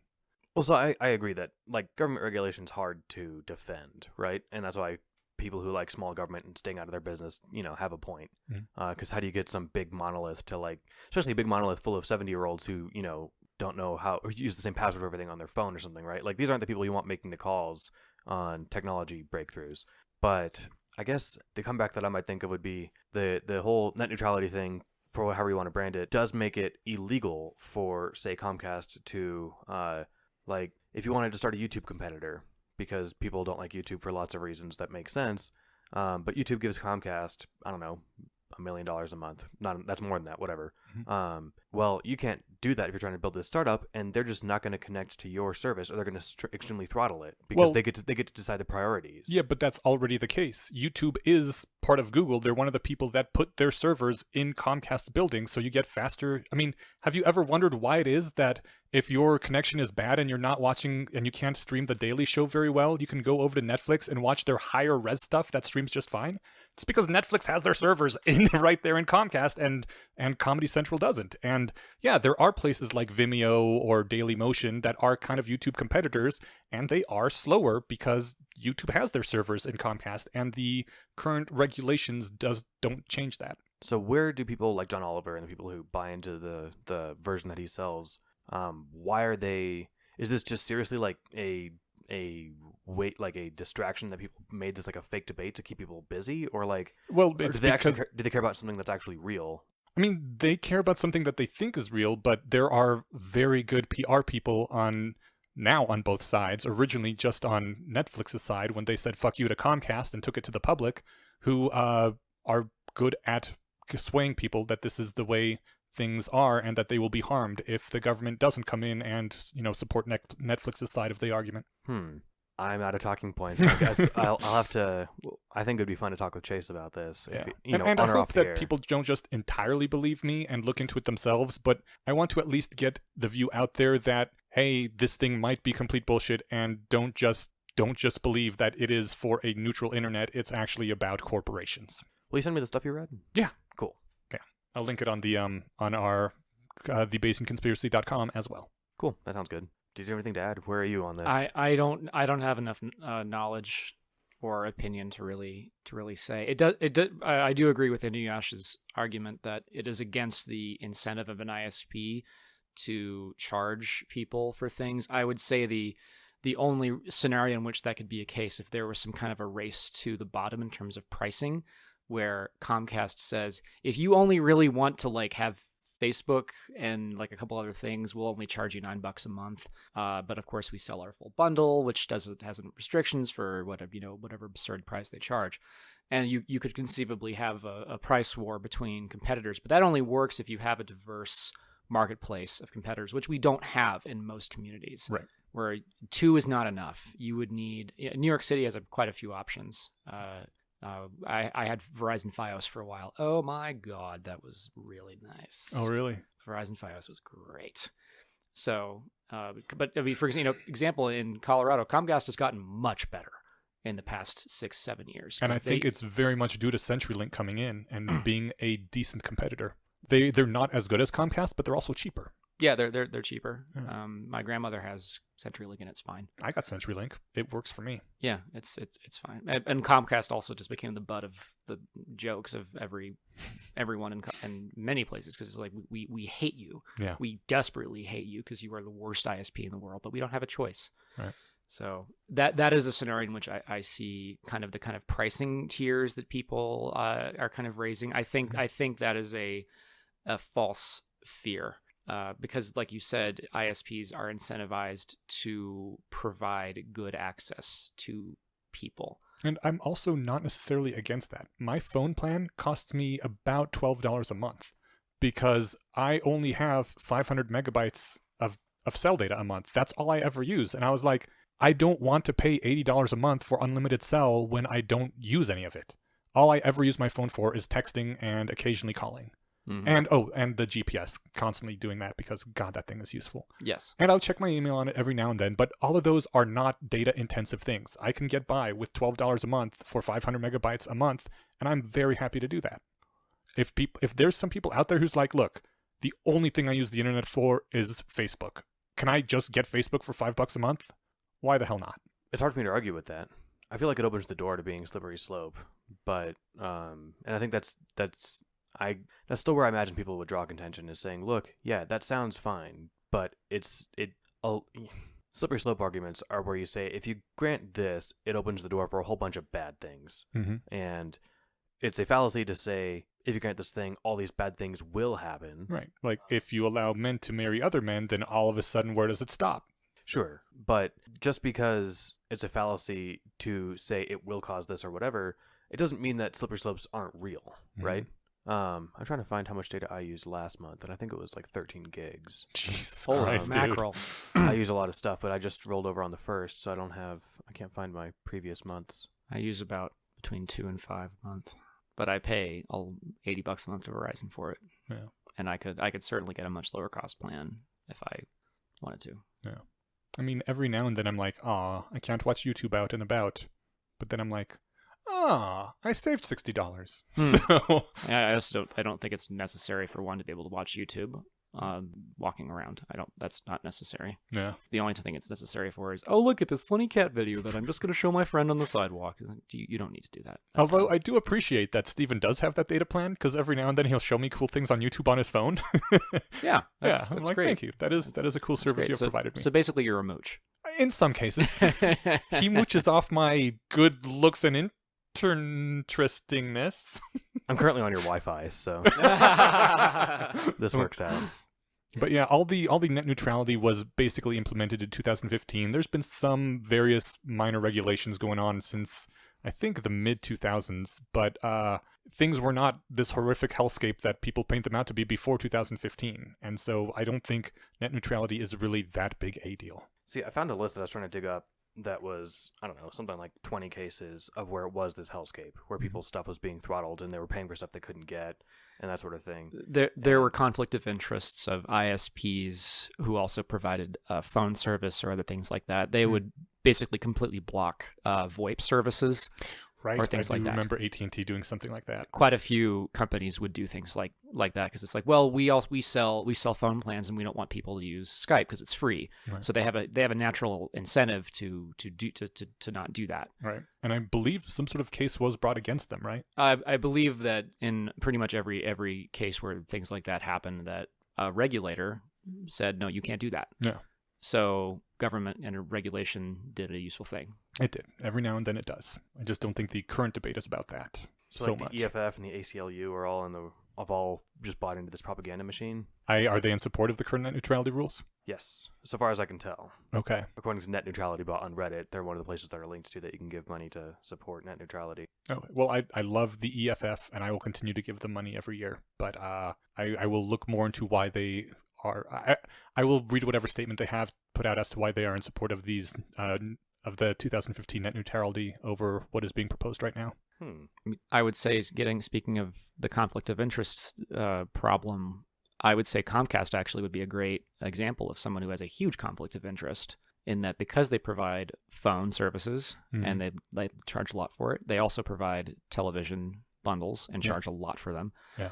It is currently not in Comcast's interest to have all of this free TV online, Hulu, Netflix nonsense, because that means that Comcast can't sell its TV packages. Yeah. It is in so I agree, but it's also not in their interest to throttle that sort of thing if there is a competitor that will charge the same amount or less and give someone access to all that stuff anyway. that is possible. But in the cases, what seems to keep happening is that regional monopolies do seem to keep cropping up. Yeah, and I think the main argument about the current net neutrality rules is that it makes monopolies easier and more entrenched, and if the changes that are being proposed go through, it will make it easier for small ISPs to break in and provide some more competition. And how exactly would a small ISP benefit under fewer rules than the ones that are currently in place? This part I was not able to understand because I'm not an economist. I just read Tyler Cowen coming out against everyone else, and he gave, various lists and reasons why he thinks that this would be better for the internet in the long term, encouraging competition. I was like, I generally trust Tyler Cowen. And How much money did he get from the telecom industry? Right. And this is in line with other things I've heard about how regulation tends to make starting up a new business hard. I've never heard of a regulation making it easier to start up a new business. And so it fits with my priors as well, and therefore I think that is the case. I also have priors against like the current administration doing anything that benefits me. Right. So you weigh those priors against each other. So the EFF has a thing here that says net neutrality, the idea that all internet service providers should treat all data that travels over their networks fairly without improper discrimination in favor of particular apps, sites, or services, is a principle that must be upheld to protect the future of our open internet. It is a principle that's faced many threats over the years, such as ISPs forging packets to tamper with certain kinds of traffic or slowing down or even outright blocking protocols or applications. So the EFF does seem to be in favor of what's called net neutrality. Are they in favor of the 2015 regulations over the current proposed ones? This was written in 2017, so I can only assume so. I'm skimming this. Anyway, we'll check it out. Okay, cool. This will be fun. Maybe we can double crux this thing. Yeah! But that'd be fun. I think since we're not economists and network designers, I don't know if we have the tools to do this quickly, but we can figure it out. Okay. Cool. Awesome. So yeah, that is the hot takes on net neutrality. Do we have anything else? Nope. Okay. My brain is fried. Yeah, mine too. Let's call it an episode. Sounds good to me. Oh, wait. We have to thank someone. Oh, yeah. First of all, personal thanks to our sound engineer, Kyle Moore. Hey! In all seriousness, I don't know if you check out the subreddit or see some of the emails. No, that I come in, don't. but No, I should. especially once, like, shortly after you started and people weren't used to it, they were like, everything sounds better now. And the fact that, like I said, I do this, over the airwaves instead of over coffee because I like to disseminate these ideas. And I personally enjoy conversations like this, and there weren't enough podcasts like this, so I was like, fine, I'll do one. So making it palatable for people's eardrums is a very important part of that recipe. So thank you for making that happen. Welcome things. You're gonna say my pleasure, but you didn't want to lie to us. I understand. No. Yeah. My 1,000 years of torture. Okay. Did you want to, or should I this time? Oh, go ahead. Okay. We can take turns. All right. This week, we would like to thank Beth Smith, a supporter on Patreon, for helping to make this possible and bring it to all of you guys. Thank you, Beth. Thanks, Beth. Okay, that's it for me too. We'll do actual listener feedback from the forums and stuff next time. Sounds good. Cool. Bye. Bye-bye.